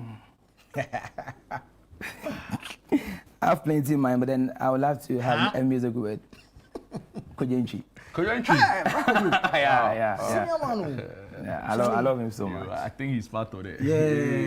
No, the man who go far. He's part of it. He'll go far. Amazing. Wow. Yeah, so that's Ghana, right? But we are dreaming, right? So, and of course, I feel you have the craft to match. So, on a global scene, who would you say, you know, I really hope I could jump on something with? For now, the ones that I know, they're already dead. That's Bob Marley, number one. Yeah, man. Yeah, Bob Marley. You look up to him? I look up to him a lot. But then I could go with Bruno Mars. Okay. Yes, outside Ghana. He's a Heavy Boy, Charlie, tell the people where they can he's a find lover you, boy. where they can patronize your music, where they can book you and the band for their events. Yeah. Because that one is important. Very, The thing very you need important. to, you understand, you need to cash out. For clock it. So right now, Stop that thing, bro. clack it. You know, he understands the thing. Charlie. No, he understands. You must clock it, bro. No, not clacking or No, you clocking. must clock it. Charlie, the only clacker no be. It's okay. We beg you. Okay. So I'm Heavy Boy, Heavy Boy Music. You can find me on social media, on Instagram, on Facebook, on TikTok as Heavy Boy Music. HERBYBOI Music. And then on my platforms, that is the streaming platforms, it's also Heavy Boy. HERBYBOI. And then this wonderful band is called the Wave Band GH on TikTok, on Instagram, WAVEBANDGH. And then if you need anything from us, if you need our contact, it's also on the page on our TikTok page, yes. So just book us for any show, weddings, funerals, any kind of everything. All birthdays, shows. like All everything. shows. You know the beautiful thing. All shows. So your wedding, your outdooring, your naming, your parties, your anniversaries, everything. That one they will charge. Okay, these ones they will charge you. My director said, do you do hold on. I'm coming there. You see, they charge for all these events. That's the main event. For your divorce, it's free. They'll charge you for everything. Oh, you play divorce shows? Yeah, we really like to play divorce shows. For free.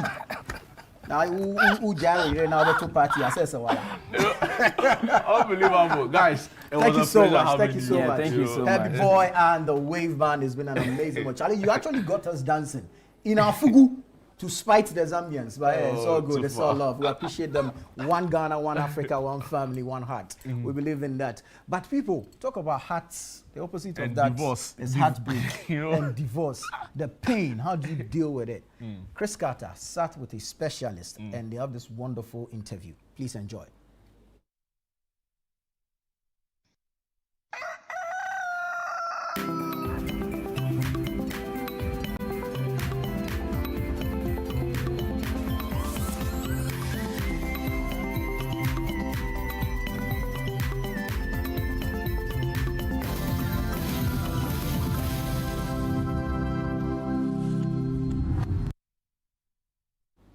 All right, welcome back, ladies and gentlemen. It's still Breakfast Daily right here on Channel One TV, and now we're about to have an interesting conversation. We're going to be talking about relationships, friendships, and obviously dealing with heartbreak. So Dr. Annie Gazy is here to take us through. She's a clinical hypnotherapist and addictive behavior specialist. Hi, Doc. How are you doing? Good morning, Chris. How are you? I'm fine, thank you. You are welcome. Thank you very much. All right, so let's get straight into it. Friendships and relationships, dealing with heartbreaks. A lot of times when we talk about heartbreaks, people almost just focus on, you know, a man and a woman's relationship or a lover's relationship. Yeah. But in friendships too, there are heartbreaks too. And I think those ones are really the most painful ones. But how should people be dealing with them? Right, okay. I think that in a wider sense, we are in February, and everyone knows what, I mean, you and I are really talking about what February is all about. It's about love. It's a month where, you know, lots of relationships are tested in terms of what society expects. And like you rightly said, most of the time when we talk about friendships or relationship, what we look at is a man and a woman or a marriage, spouses and that. But what we don't realize is it could be a relationship between a parent and their child. Right. It could be between even a teacher and a student, and two friends who maybe they grew up together and then suddenly one has gotten into a relationship or one is moved on, or, you know, all sorts. And we don't realize how painful that can be when such things happen, and how to navigate that. Because I think most of the time when we have programs or education or therapy, we focus more on being in a relationship with the opposite partner or whatever, and something going wrong, and how you can navigate your way through healing. But what we don't realize is also the painful aspect of maybe losing a best friend. Even if we look at two children at school and they're best friends, and sometimes one will come home and start crying and say, "Mommy, Daddy, my friend did ABC to me." And they're really upset, but we just assume that it's okay, go to school tomorrow, you can make new friends, but that pain is still there, you know, and that can cause trauma. And with adulthood, because especially when you've shared so much together, maybe you share lots of conversations, intimate things that you feel you've built that trust. Experiences. Maybe, over the years. So that bond is there. And sometimes some people are even closer, some relationships are even closer than having a spouse. Yes. Maybe even a mother, daughter, and somebody feels like even in a marriage, they'll still call their parent for advice and all of that. So thinking that that relationship is gone for whatever reason. And also I think that another relationship breakdown could be death. The person is not alive anymore, or they are so ill that that relationship cannot exist anymore. And we forget that, you know, that can be very painful, losing that. But for me, one of the biggest thing about trauma in terms of throughout the year is we all get excited, we all dress up, we all maybe cook meals, go out and that, especially a month like this. But we forget that there are people that we're leaving behind, and people maybe who have just lost their loved ones. Or maybe this is the first time they're going to spend, you know, Valentine or February alone. And that is the most difficult thing. All right, so now how are we supposed to react to them?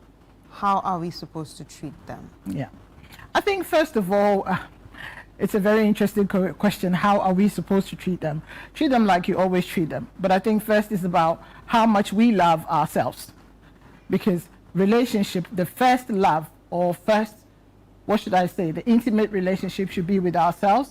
Because if you love yourself, if you know who you are, because sometimes I ask that question, who am I, or who are you? You know, and sometimes people say, yeah, I am who I am. I'm you know, I'm a broadcaster, I'm a this, I'm a that, I'm a woman. I'm an independent woman or a man, or do whatever I like. But when you break it down, who really are you? Because who you are defines how you treat other people and how you behave in society and how you make people comfortable around you. Because like you rightly asked the question, how should we treat them? Should we treat them differently? Well, if you're hurting, or if you're going through a difficult time, or if you have a loved one going through a difficult time, how would you treat them? How would you want to be treated if you were going through that? Some people go through difficult situations by wanting to be left alone. Yes. Because they want that space. to be able to grieve. Yeah. And it's very important that we grieve. Yeah. Because sometimes it's, oh, don't cry, oh, don't do ABC. It's easy for you to say that. And I think that is where sometimes, I'm not saying it's wrong, but it makes it difficult, because if I don't grieve, where am I grieving? That is where people end up being so stressed and taking everything internally, and they end up being ill with the high blood pressures and all of that, the stress. So that's an external stressor that's become internal, because we're internalizing everything and we're not allowing people to actually grieve. So I would say cry, but in a safe way. Be upset, be angry. They are all emotions, and we are allowed to express how we feel. Sometimes you see that somebody will lose a loved one and they get so angry with them, and you think, but they're dead, why are you so angry? But it's also a process. It's a grieving process where they get angry. So the anger is, why have you left me? But it's internal. The why have you left me? You shouldn't have gone. But they won't say it out loud. So there's the anger, then there's the tears, then sometimes even the laughter of remembering something that you did together. So how we should treat them is allow them to grieve over it. I remember I used to run a group, and sometimes when we come in, and somebody would just say, I've had a very bad week. And somebody said, oh, no, again. I said, no, allow them to, exactly, allow them to go through whatever. And it could be a bereavement that they've had. And sit down, talk about what has actually happened. Because if you don't, you haven't moved on.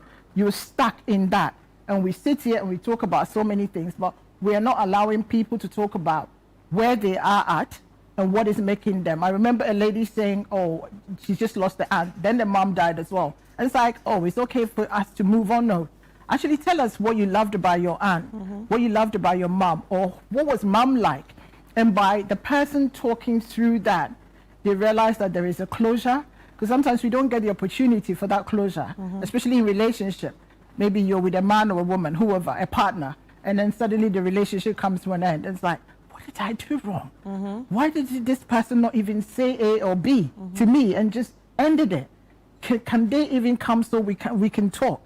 So that you can see clearly that there is no closure. I recently met somebody, it was a week ago, and they lost their mom 5 years ago, and they're still grieving. And the wife said, oh, do you know what, doctor? He's not eating. He's not sleeping well. He's not going to work. I can see he's losing weight, but he doesn't want me to do anything. By talking to him, I realized that there isn't any closure. He hasn't, because he had that relationship with his mom that he was ringing mom every day, and mom was ringing every day. And he shared almost everything with mom. And suddenly mom is gone. So that gap, what is he going to fill that gap with? And he's almost at his retirement age as well. So it's like they were planning together the times that he would actually be with mom. And then all these plans with his family, immediate family, wife and kids have left home. And then my so what am I going to do with my life now? Because everything that I thought I'll be doing with mom, I don't know who I'll be doing that with. So how do we go about doing this? But making the individual, be who they are, and also giving them opportunity to go through whatever they want to go through in a safe way. Right. Ensuring that they're safe. Right. So you talk about closure, but I've also come to realize something. Not every closure is needed. Do you think so? Right. Are you able to give an example of what closure is not needed? Well, I think when it comes to some relationships, especially amorous relationship between a woman and a man, some people go looking for closure and then end up, falling into a toxic cycle again. Yeah. So at what point do you know that, okay, I really need this closure? Or at what point do you tell yourself, I don't think I need this. It's just like putting myself in a loop again. Yeah. Or do you create your own closure? Yeah. I think you've just answered your own question. Because I did. Yeah, exactly. Because the thing is that you just rightly said it's a toxic relationship. You made a decision to leave and you've left. That's a closure, because what other closure do you want? It's not working for you. It's not healthy for you. Your mental health is affected, maybe your physical health, your finances. Everything says it's not right. That's the closure in itself. You don't need what other closure it is it? But there are certain things that you realize that actually we've been together for so many years, or we've been doing ABC, and then there's an abrupt, or somebody just gets up, pack their things and leave. Or what should I say? I don't want this anymore. Or, that abruptness of, can you at least tell me what, especially when you are just assuming that everything is going okay. So that is where you need that closure. Or, like I said about the death of a loved one, today the person is here, tomorrow they're gone, or in a week, and you think, gosh, I didn't even get time to process it. You know, I wish I'd said this. I wish I'd said, I'm sorry. Exactly. Yeah, exactly. We said we were going to travel together, and I kept pushing it because I said I was saving money, or let me just do this thing. And gosh, if only mom had waited for me to graduate. I've only got 1 month. So you see, that person is carrying that thing that my mom or my parents sacrificed so much, dad sacrificed so much to get me through. All I wanted to do was just take them to a restaurant and give them a nice meal to say thank you. And I didn't get to do that. So you see that person, so these are some of the questions that with that is like, what closure would you want? Maybe you say, you know what, I wish my mom would wear my gown or my whatever. So what, you want to wear it and go where mom loved to go, like maybe to church or something. Just do something in memory of, you know, of mom or dad. So with that will give them that closure. They don't necessarily have to be with the person because the person is not there, but there's something that they can do. You know, remember, it's maybe a place that they used to go every time. So let's say about the relationship. Maybe they used to go for long walks. They used to go to a spa, a hotel, or something, a place or a drink, something that they share together that you feel, you know what, by doing this, I can just say goodbye to them. And then my brain can process, because if that doesn't happen, sometimes mentally you struggle. Because what we don't realize is that our neurotransmitters, the brain chemicals, are very powerful. And whatever we do, we feed them, and it rewards us or changes our mood for positive or negative. So when we have processed that this relationship is good for me, it's rewarding me, it's rewarding the brain, it's rewarding the chemical called dopamine, you feel good about it, then suddenly that is gone. So that has created that gap, that negativity. So you need to go back and feed that reward system and say, actually, it's not good for me anymore. Why? Let's give reasons. So somebody like that sitting in front of me, I said, let's get a pen and paper. Write the positive, you know, just rule, get A4 sheet, how one side is negative, one side is positive, or good and not so good. Write all the good things, then write the not so good things down. Okay, these are the reasons why. And sometimes you realize that by then putting, oh my God, it was so negative. What was the point? It was only one thing. It's like, he's just handsome physically, that's all, or attractive. Or maybe the bedroom department is good, everything else is negative. Or every other thing is negative. Is his bank account, so or her bank account. Why am I there? But they haven't thought about that, because society says I have to be in a relationship. Society says I have to be married. Society says I have to have kids. Yeah, society says I have to enjoy Valentine's Day with a man. With a man. How about loving yourself? See, here, we can just put a blanket here and have a good Valentine. Put chocolate, put food, whatever. Have a good time. Play music, dance, and everything. Have a wonderful time. But sometimes we believe that society says that it's got to be a certain way, and you need to spend that time with that person. And if you don't have that person, sometimes we crave so much that, pardon me for saying this daytime program, people have one night stands and that, because society expects that that day you need to be, or you have to be, need is a very strong word. You have to be with someone. So let me create that someone, even though that someone doesn't exist. And in the end, you have the after effect of paying back, which is very painful. So now let's talk about kids, right? How important is it to, you know, take the heartbreaks of our kids seriously? Because a lot of times we overlook it, as you stated in the beginning. Oh no, don't worry, Amma is not playing with you again. Okay, get another friend. So how important is it for us to also, you know, listen to them, give them that listening ear, and also try to see ways we can help them? I like the way you use the word listen. Listening is a very, very powerful communication tool. Most of the time we don't. I think even in our part of the world, and you see parents maybe having fun, doing their own thing. A child is trying to talk and says, you know what, I'm so busy, I've just come back from work. Can we talk later? Can we, you know, but in a day, I know we go to work and we have loads going on, and you've got home stuff and you've got all family, extended family stuff. But if we can just create 1 hour, even if it's 30 minutes, and say, this is for me and my kids, and nobody will take that. Somebody is walking their kids to school and they've got their phone, and they're on the phone throughout, so they wouldn't even say proper goodbye kids, or say whatever. They don't even know their kids' friends. You know, who is your friend? What did you do in school today? Share your life with them. And when I say that, age appropriately. You understand? Do you know what? Actually, work was good today. I was very tired. How about you? How was school? Who did you play with today? And you hear that the kids will also start talking and say, actually, this person was very mean to me. What happened? I gave them a pen and they didn't even say thank you. Oh, do you know what? Some people are brought up differently. So you educate them to see individual differences in how people are behaved.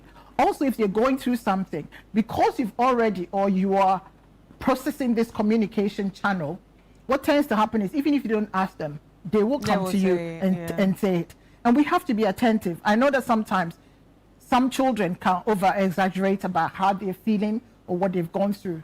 But listening would help you understand and know the pattern of your child or your children. You will know that, oh my God, when Joe starts talking, I know where this is going. But when I must say something, she is serious. That means because Amma is the kind of person who's a happy-go-lucky. So if she's actually telling me that Jane did this to her, then she is serious about it. So as parents, it's very important, because sometimes parents tend to leave all the work for the school. Yeah. And for teachers, like, oh, did your teacher not do this? Did your teacher not say this?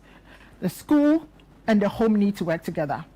And if you are a religious person as well, we all need to work together. So it's not about the church or the mosque or whatever. We all work together. So don't wait till the child goes to school before things are done. Or don't wait till the child goes home. We all work together. But as parents, you should know your child more and spend more time with our children. It's very important, because lots of broken adults start from broken childhood. That's what we talk about, the ACEs. You know, at that age, if they go through that painful trauma and nothing is being done about it, they're going to grow with it. Either they become bullies, or they are bullied all the time, or they are abused. And they become the ones that we call narcissistic. Exactly. Or the opposite of being the victim of always being abused by somebody, because they don't even know who they are. That's why I first said, who are you as a person? Because some people live all their lives not knowing even who they are, because they live through other people. From one relationship, oh my God, my boyfriend just left my girlfriend, I need to have another one. So they become needy. Very needy, very needy. They want somebody in their life all the time. So that independence is gone. Oh, so it's like people that have that never have a break in their life. They always have a boyfriend. Exactly. Okay, after this girl, there's a new girl. There's a new girl, because I need to just breathe. Exactly. Just give breathe. yourself, after that one has ended, give yourself a break. Breathe. And get to know who you are as a person and what you want. Because maybe what you want is not actually the man or the woman. What you want is to breathe and say, actually, do you know what? I want that car for me. Right. I want that home for me. I want that career job for me. I want promotion. I want to be somebody. I want to be me. And when you have all of that, because I tell people all the time that, and they're scared, oh, what if I don't meet anybody and I'm whatever age? I said, whatever age you are, the attraction is still there. And then if it's that man or that woman, they will meet you and that attraction will still be there, because they would wonder, what is it about this person? There's something that is different from other women, or there's something that they're different from other men. So that thing is still there. So don't go running after people because of age, or back to our favorite word, because society says so. Because that society would always be there, but when you go to bed and you hit that pillow will be talking to you. You're the one having the sleepless nights, because you didn't give yourself time to breathe. All right, now talking about breathing, how important is therapy? Oh, therapy is I love therapy. No, because we live, I don't want to say the society again, but we live in a country, or a community where therapy is seen as a white people's thing, as a rich people's thing, as, oh my God, this is not for black people, it's for white people. So how important is therapy? You are a black woman and you are a therapist, right? So how important is it, and how has it changed the life of people that you've worked with over time? Do you know what? Therapy is so important. I wish everyone has got a therapist at work, in school, our institutions, everywhere, because it gives you that space, that safe space to talk, to offload.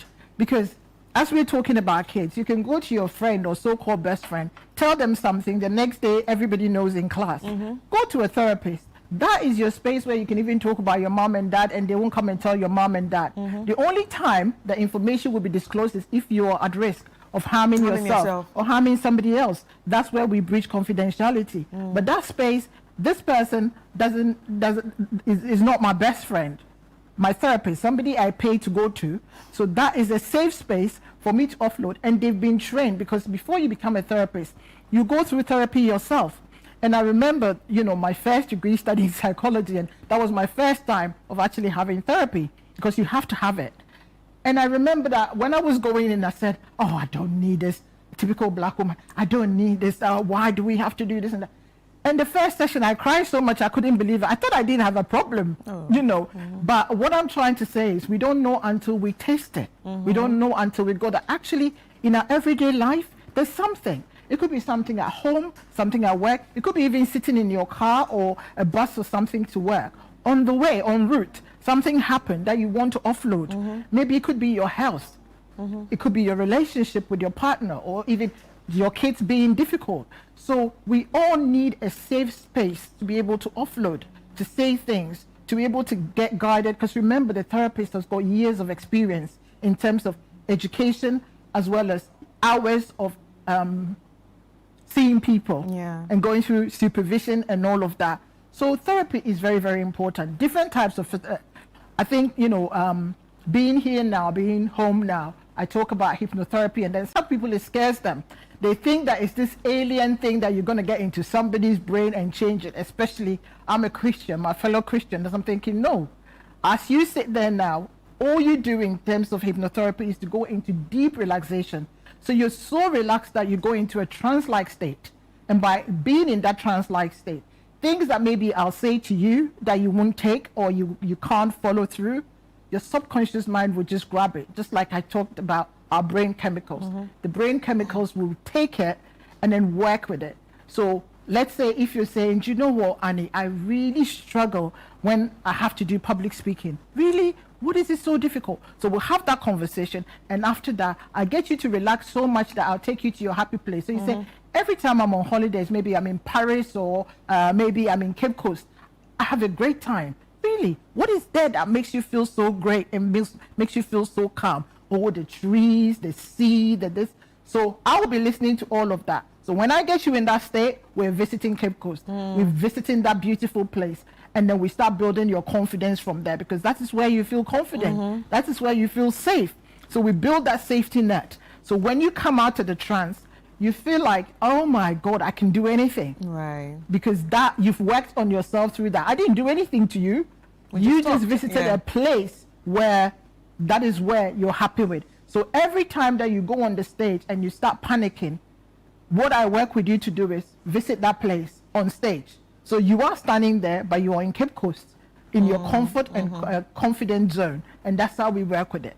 Wow, that's interesting. I really like the fact that we talked about this, and it has shown us that we should also pay attention to our kids, of course, pay attention to ourselves, definitely, and also get to know who we are, because if we don't know who we are, how can you even be with somebody if you don't know who you are? Exactly. So for this month of Valentine, or for this month of love, please try to love yourself first. Find out who you are and do things that are, that are healthy for you, that make you happy, and not what society is imposing on you at the end of the day. So Dr. Annie Gazy, how can people actually reach out to you in case somebody's watching right now and say, oh, you know what, I think I need therapy, and let's do it the hypnotherapy way?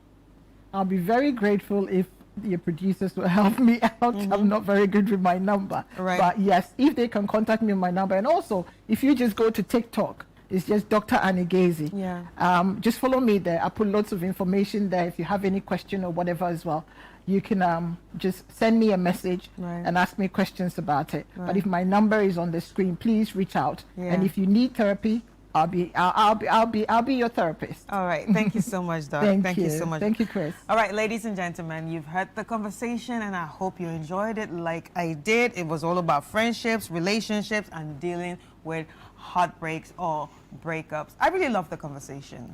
Anyway, we'll take a quick break, and when we come back, Breakfast Daily will be back with more.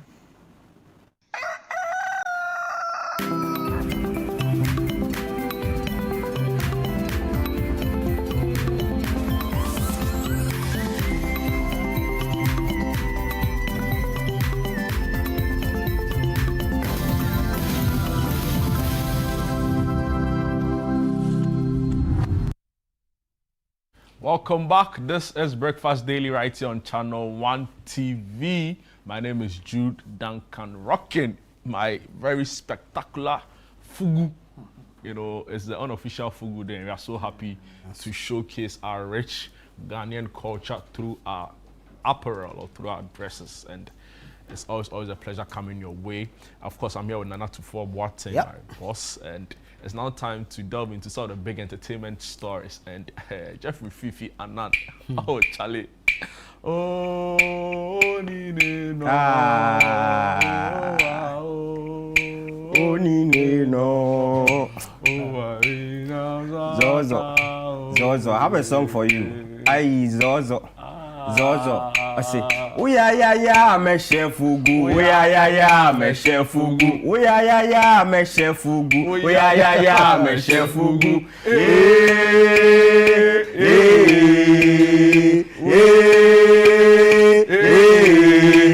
We are me chef Fugu. I see Fugu na wano Fugu, aye Fugu na two Fugu, Fugu na three Fugu, Fugu, now 1.5, Fugu. Good morning. Good morning, Jeffrey. Thank you for having me. No, you're a different guy. Yeah. No. As you said, it is the unofficial international Fugu Day. Not national, international Fugu Day. So they should use the hashtag. Yeah, hashtag Fugu Friday. Fugu Friday. FF. Yeah, what are you telling Fugu me? Friday. The men in your country are wearing pinafore, and you want to criticize our president for wearing fugu. You have to show them something. The audacity. What guts? Do you know fugu? Sure, go and ask that one go Elon Musk. Tajudeen and Chris Asima. Tajudeen is what? That one go Elon Musk. Elon Musk, yeah. No, but I actually have a piece for them, you know. The one dancing on the screen. Look at it. Yeah, that's that one go Elon Musk. Is it that Tajudeen what? Go and ask Tajudeen. What? And Chris. You know what? Chris, Bulga. I don't talk I have a piece for them. I would want to read before we dive into the entertainment stories. Please do. Respect the cloth. A Ghanaian response on Fugu, culture, and Africa. My timeline has been full of explanations, apologies, and calls for restraint. I hear them. I acknowledge them. And as a Ghanaian, I appreciate the effort to calm tempers and protect the bigger African picture. But let me also speak plainly and from pride, not anger, to our Zambian brothers and sisters. Tell them. We hear the apology and we receive it in good faith. Still, understand why the reaction was strong. Fugu is not just a costume.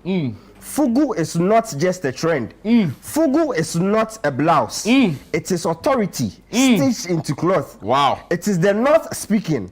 It is history, masculinity, royalty, and dignity worn on the body. When it is mocked, it feels personal because it is personal. Ghanaians are passionate about culture because culture is something we have guarded fiercely and projected deliberately. We do not only have Fugu, Zambians, for your information. We have Kente, sacred, symbolic, unmatched. We have Kaba and Slit. We have smokes, cloths tied with meaning, names, seasons, and power. Our men don't just dress, they represent. And yes, we know Zambian men proudly wear pinafore as a symbol of tradition.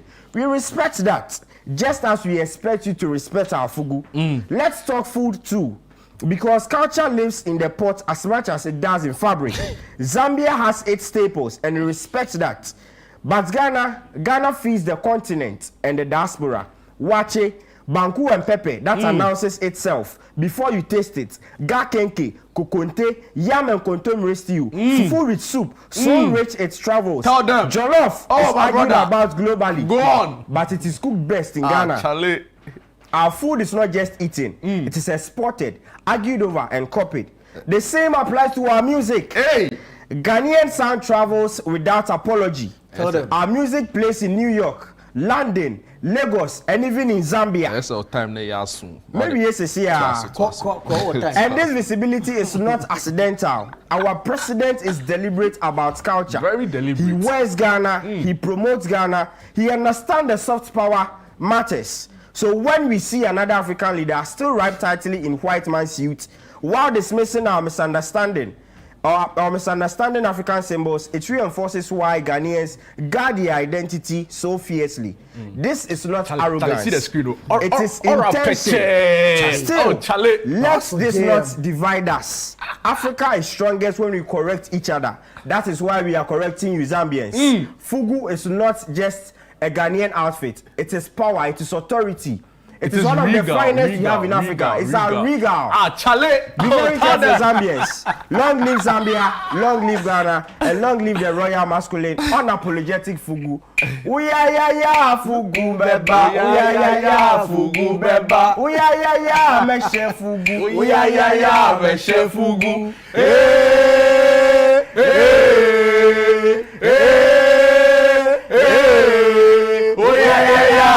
Guys, come on. Zambians, I hope you can see.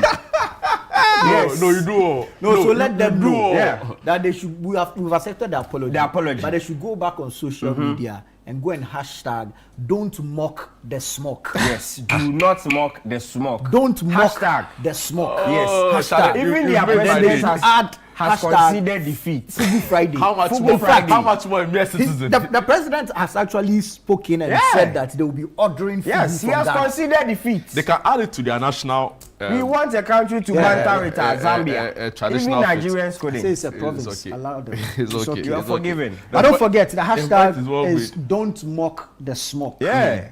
Don't mock the smoke. And then you can add hashtag Fugu Friday. You understand? Fugu Friday. No, you do. Yeah, let's own it. No, but Jerry, I feel like your cap, no. It's going to be Gen Z tax. So, Jude, before you go on, there's a message for you.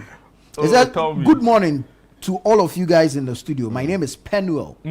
Mr. Duncan, the style in which you've worn the hats means that you are a chief and have followers. So, I beg you.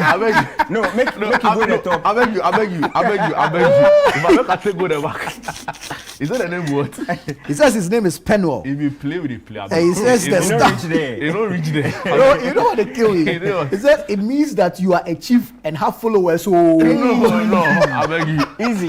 Oh, there. No, I beg you. I beg you. My people, I beg you. If you play, they play. Maybe anything. I do yourself like a come on time long time. That's it. I know what I mean. Okay, continue feeling. Challenge a Friday. Yeah. And as usual, entertainment news needs to happen on Breakfast Daily. Let's begin with Kwesi Arthur. Kwesi Arthur. Yeah, you know he's been in the trends for some weeks now. Tell my boy. Yeah. Did you know him? In the area. My kid brother did, or does. He's done some work with my kid. But you know, my kid brother runs the TCA. That's the cloud audio. Yeah, you mentioned sometimes. With CT Beats, Queso, and the likes. So they've done some works together. But wow. Chale, no, the one room OG, Rave Master, Chale, El Toof, up in the building. Chale. Today is Friday for do some things. Guys, when the man them say watch your flight, you know definitely that boy them about to take flight. Easy. Don't pull the trigger. Don't pull the trigger if you can't shoot. We clock it back. Next time you point a gun at me, make sure you shoot. Charlie. So yeah, the album with all the controversies has finally dropped. Redemption Valley. Yeah, go check it out. So you know Redemption Valley is actually an area in Tema Community 9. Oh, okay. That's where he grew up. So it's like he's paying tribute to the hood that made him. Yeah. And there's one thing I noticed. So on the cover, old pictures of him. Yeah, that he just decided to bring back. Some very old. And I think it's one of the pictures that actually stirred up the controversy with Ground Up, Glenn and his people. Yeah. But I'm saying that these people could have just addressed this. They're all Tema boys. They grew up together. They could have settled this matter without so let me get you correctly. So the whole beef, you know, between him and Ground Up and Glenn was because of a picture. Image rights. Image rights. Which he willingly gave away through contract. So the thing now is that you can take other photos and use in your music, but those ones you gave away during your time under Ground Up, you can no longer use them. It appears as though that actual picture was sanctioned by Ground Up. Yeah. So it's not just his picture that he has willed away, but it's a to making. be fair, I feel like Yeah. you know it's a very emotive issue, and I don't even want to go back to it. But like, of course, calls are that going forward, artists should be minded about contractual. But see from this way, if I've invested in a professional photography kind of thing for you, you know. Yeah, it's your image, but it was also my but I resources. It. You know, I sponsored it, so yeah. I have as much rights to this as you do. Just Glenn's lawyer is a very good friend of mine. He's been on this point of view a couple of times talking about legal issues.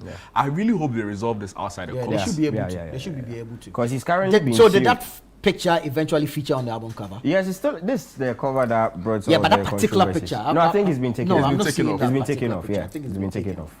Yeah. It's been taken off. I really like Kwesi Arthur a lot. You know, Yeah. I think you know he's a Pentecost boy. You know, and he was also a streets boy, and he had a story. Yeah. You know, so I really hope that he The comes back to his Shirtless boy, best. the Gary Soakins boy. You know, he's came up with the whole 2 CDs and a dream, right? Or 1 CD and a One dream. break a day.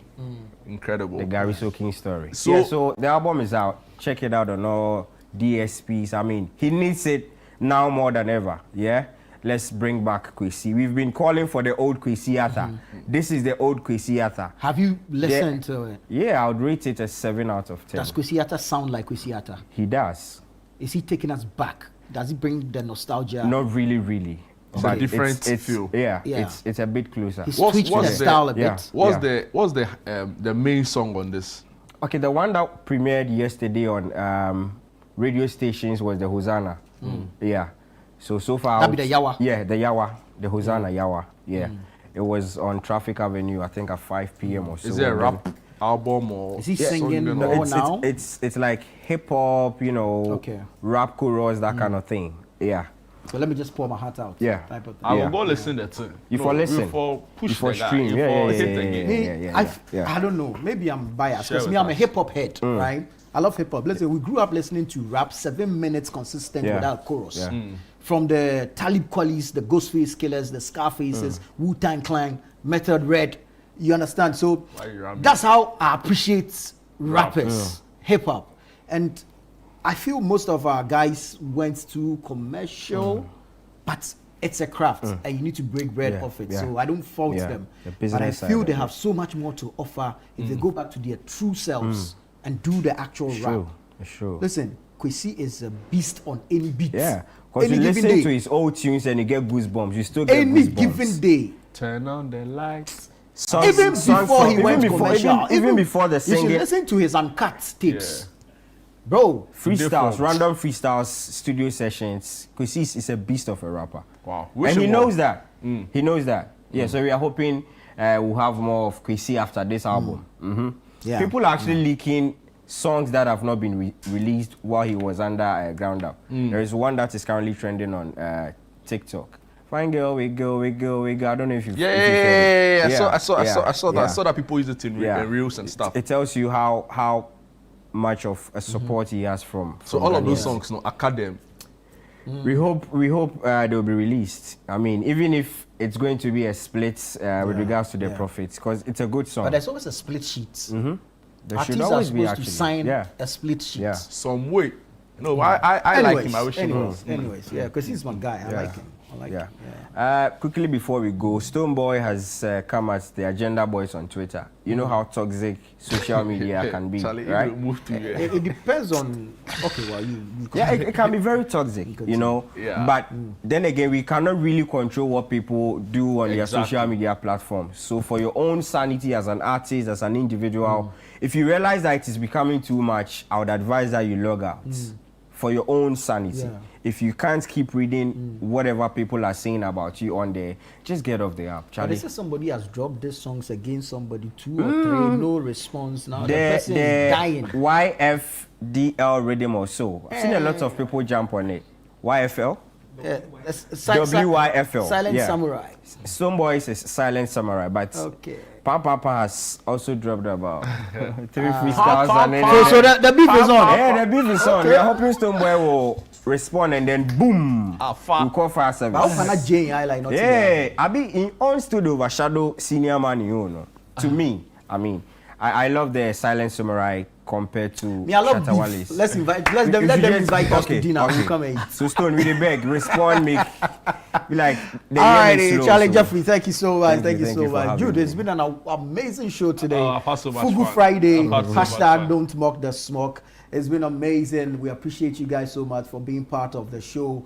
But don't go anywhere. There's a lot more on Channel 1 television. Absolutely. And you should be watching out for Jude and Eno on Breakfast Daily Weekend tomorrow morning. I am Nana Tufo Boate. My name is Jude Duncan. And of course, Jeffrey. Hey, yeah. My Gen Z this thing. Is that what I'm saying? Charlie, there you Fugu go. ambassador.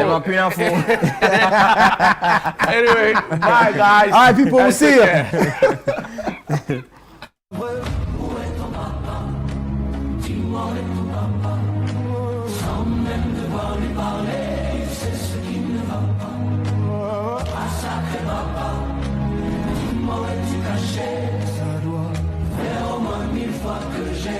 Comptez mes doigts. Maman dit travailler c'est bien, bien mieux qu'être mal accompagné, pas vrai? Où est ton papa? Dis-moi où est ton papa? Sans même devoir lui parler, c'est ce qui ne va pas. Ah sacré papa, dis-moi où es-tu caché? Ça doit faire au moins 1000 fois que j'ai compté mes doigts.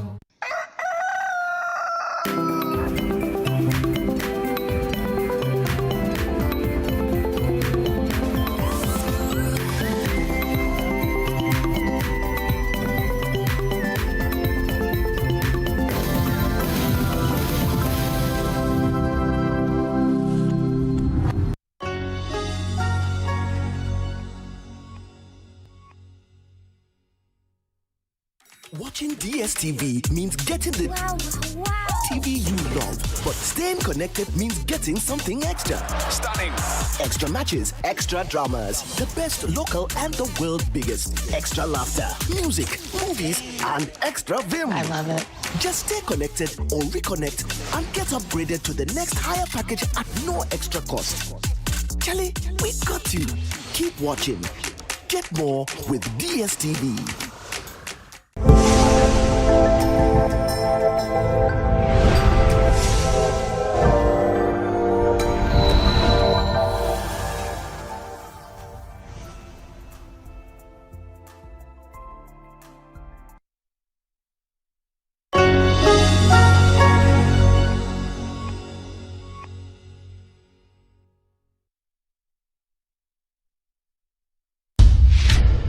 Ten, 9, 8, 7, 6, 5, 4, 3, 2, 1. This is the Channel 1 Countdown.